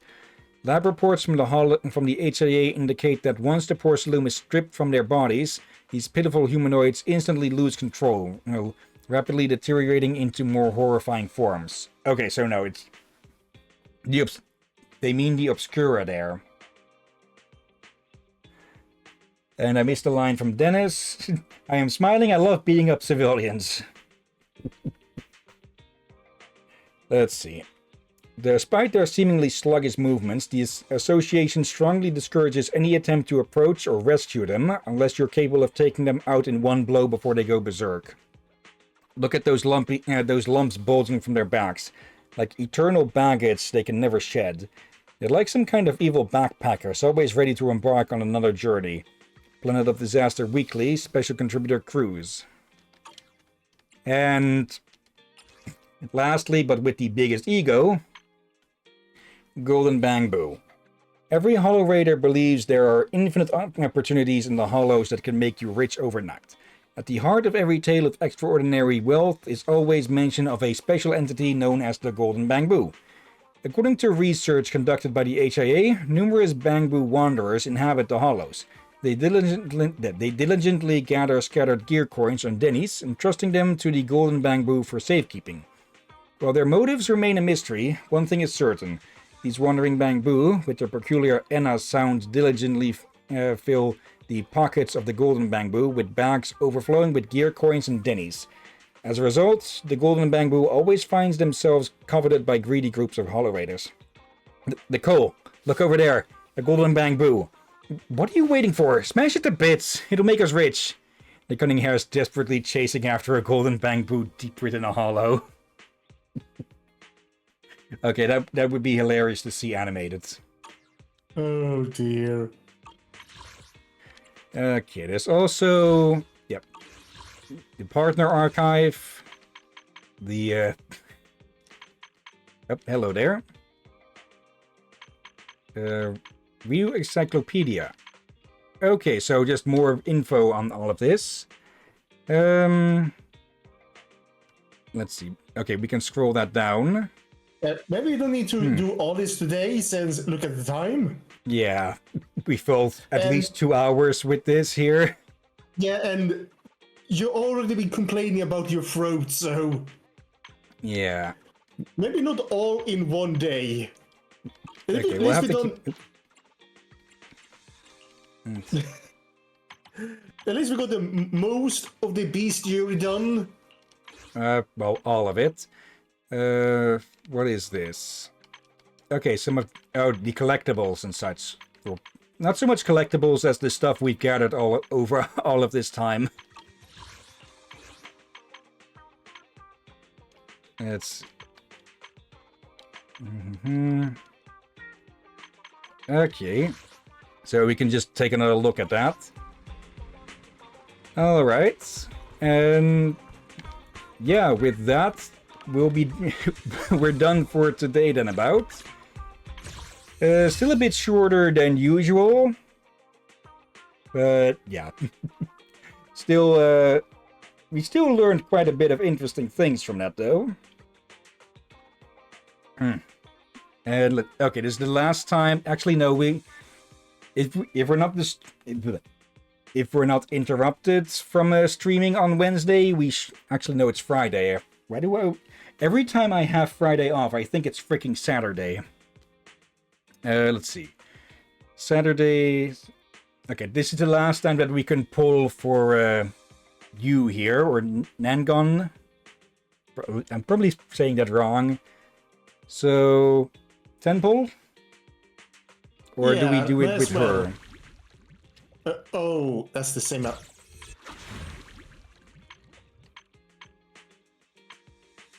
Yeah. Okay. I think I like her more. I don't know the personalities. Doesn't help that much. Also, something, I've seen enough, you know the rest. It took you long enough to do that. I would be surprised you didn't do that joke. Okay, no S rank. Oh. Okay, duplicates. Alright. And yeah. With that, hello Polkra. Yeah, with that we can have it there for today. Let's see then. But before we end the stream, of course, let's go look for someone to raid. So, let's bring up Twitch, mute the tab, and have ourselves a look. Something, it's in a book, Raiding Rainbow. Okay. Let's see. Not too many people, so I'll read all of these out. We've got Pexicle, who is playing Sons in the Forest. The Lagstorm is playing Rogue Galaxy. Is that the one I'm thinking?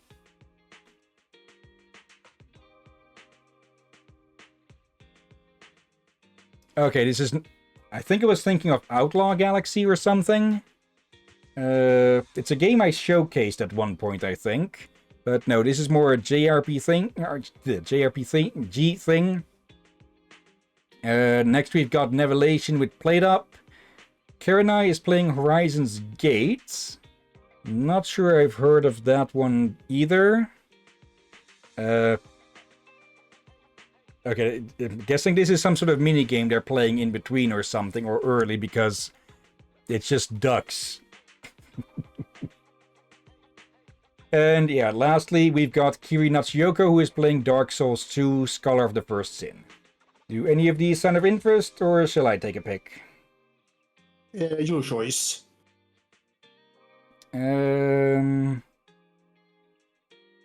Let's go say hi to Pexicle then. Okay. Copy the name, head to our place. Okay. Knight would have suggested Dark Souls. Okay. Let's see. /raid and paste. But before we get started, of course, thank you everyone who may have been watching live or later. Thank you, Knight. Thank you, Dennis. And thank you, Aurora. They were around earlier, right? Yeah. Yeah. And let's see. Any lurkers? Oh, hello there, Jess.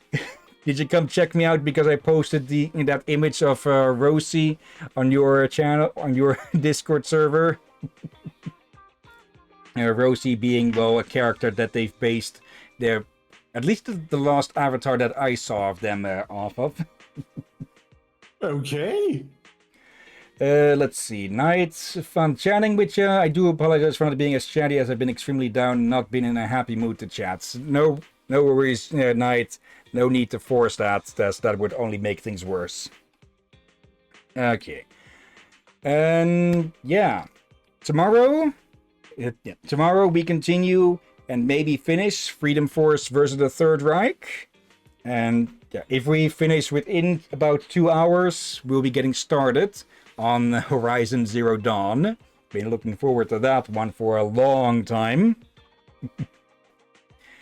And yeah, we'll see who's available for multiplayer stuff on Monday. If we can, we will do a late Streamiversary multiplayer thing. If not, we'll do our usual thing. And maybe later, just do the bigger shenanigans. But yeah, that'll be all for then. So for now, let's get this raid started. And yeah, thank you all again for watching. And until next time, have a nice day. And until then. Be safe, everyone. Sleep well. And watch out for undead seagulls. And just about everything in the blasted hollows.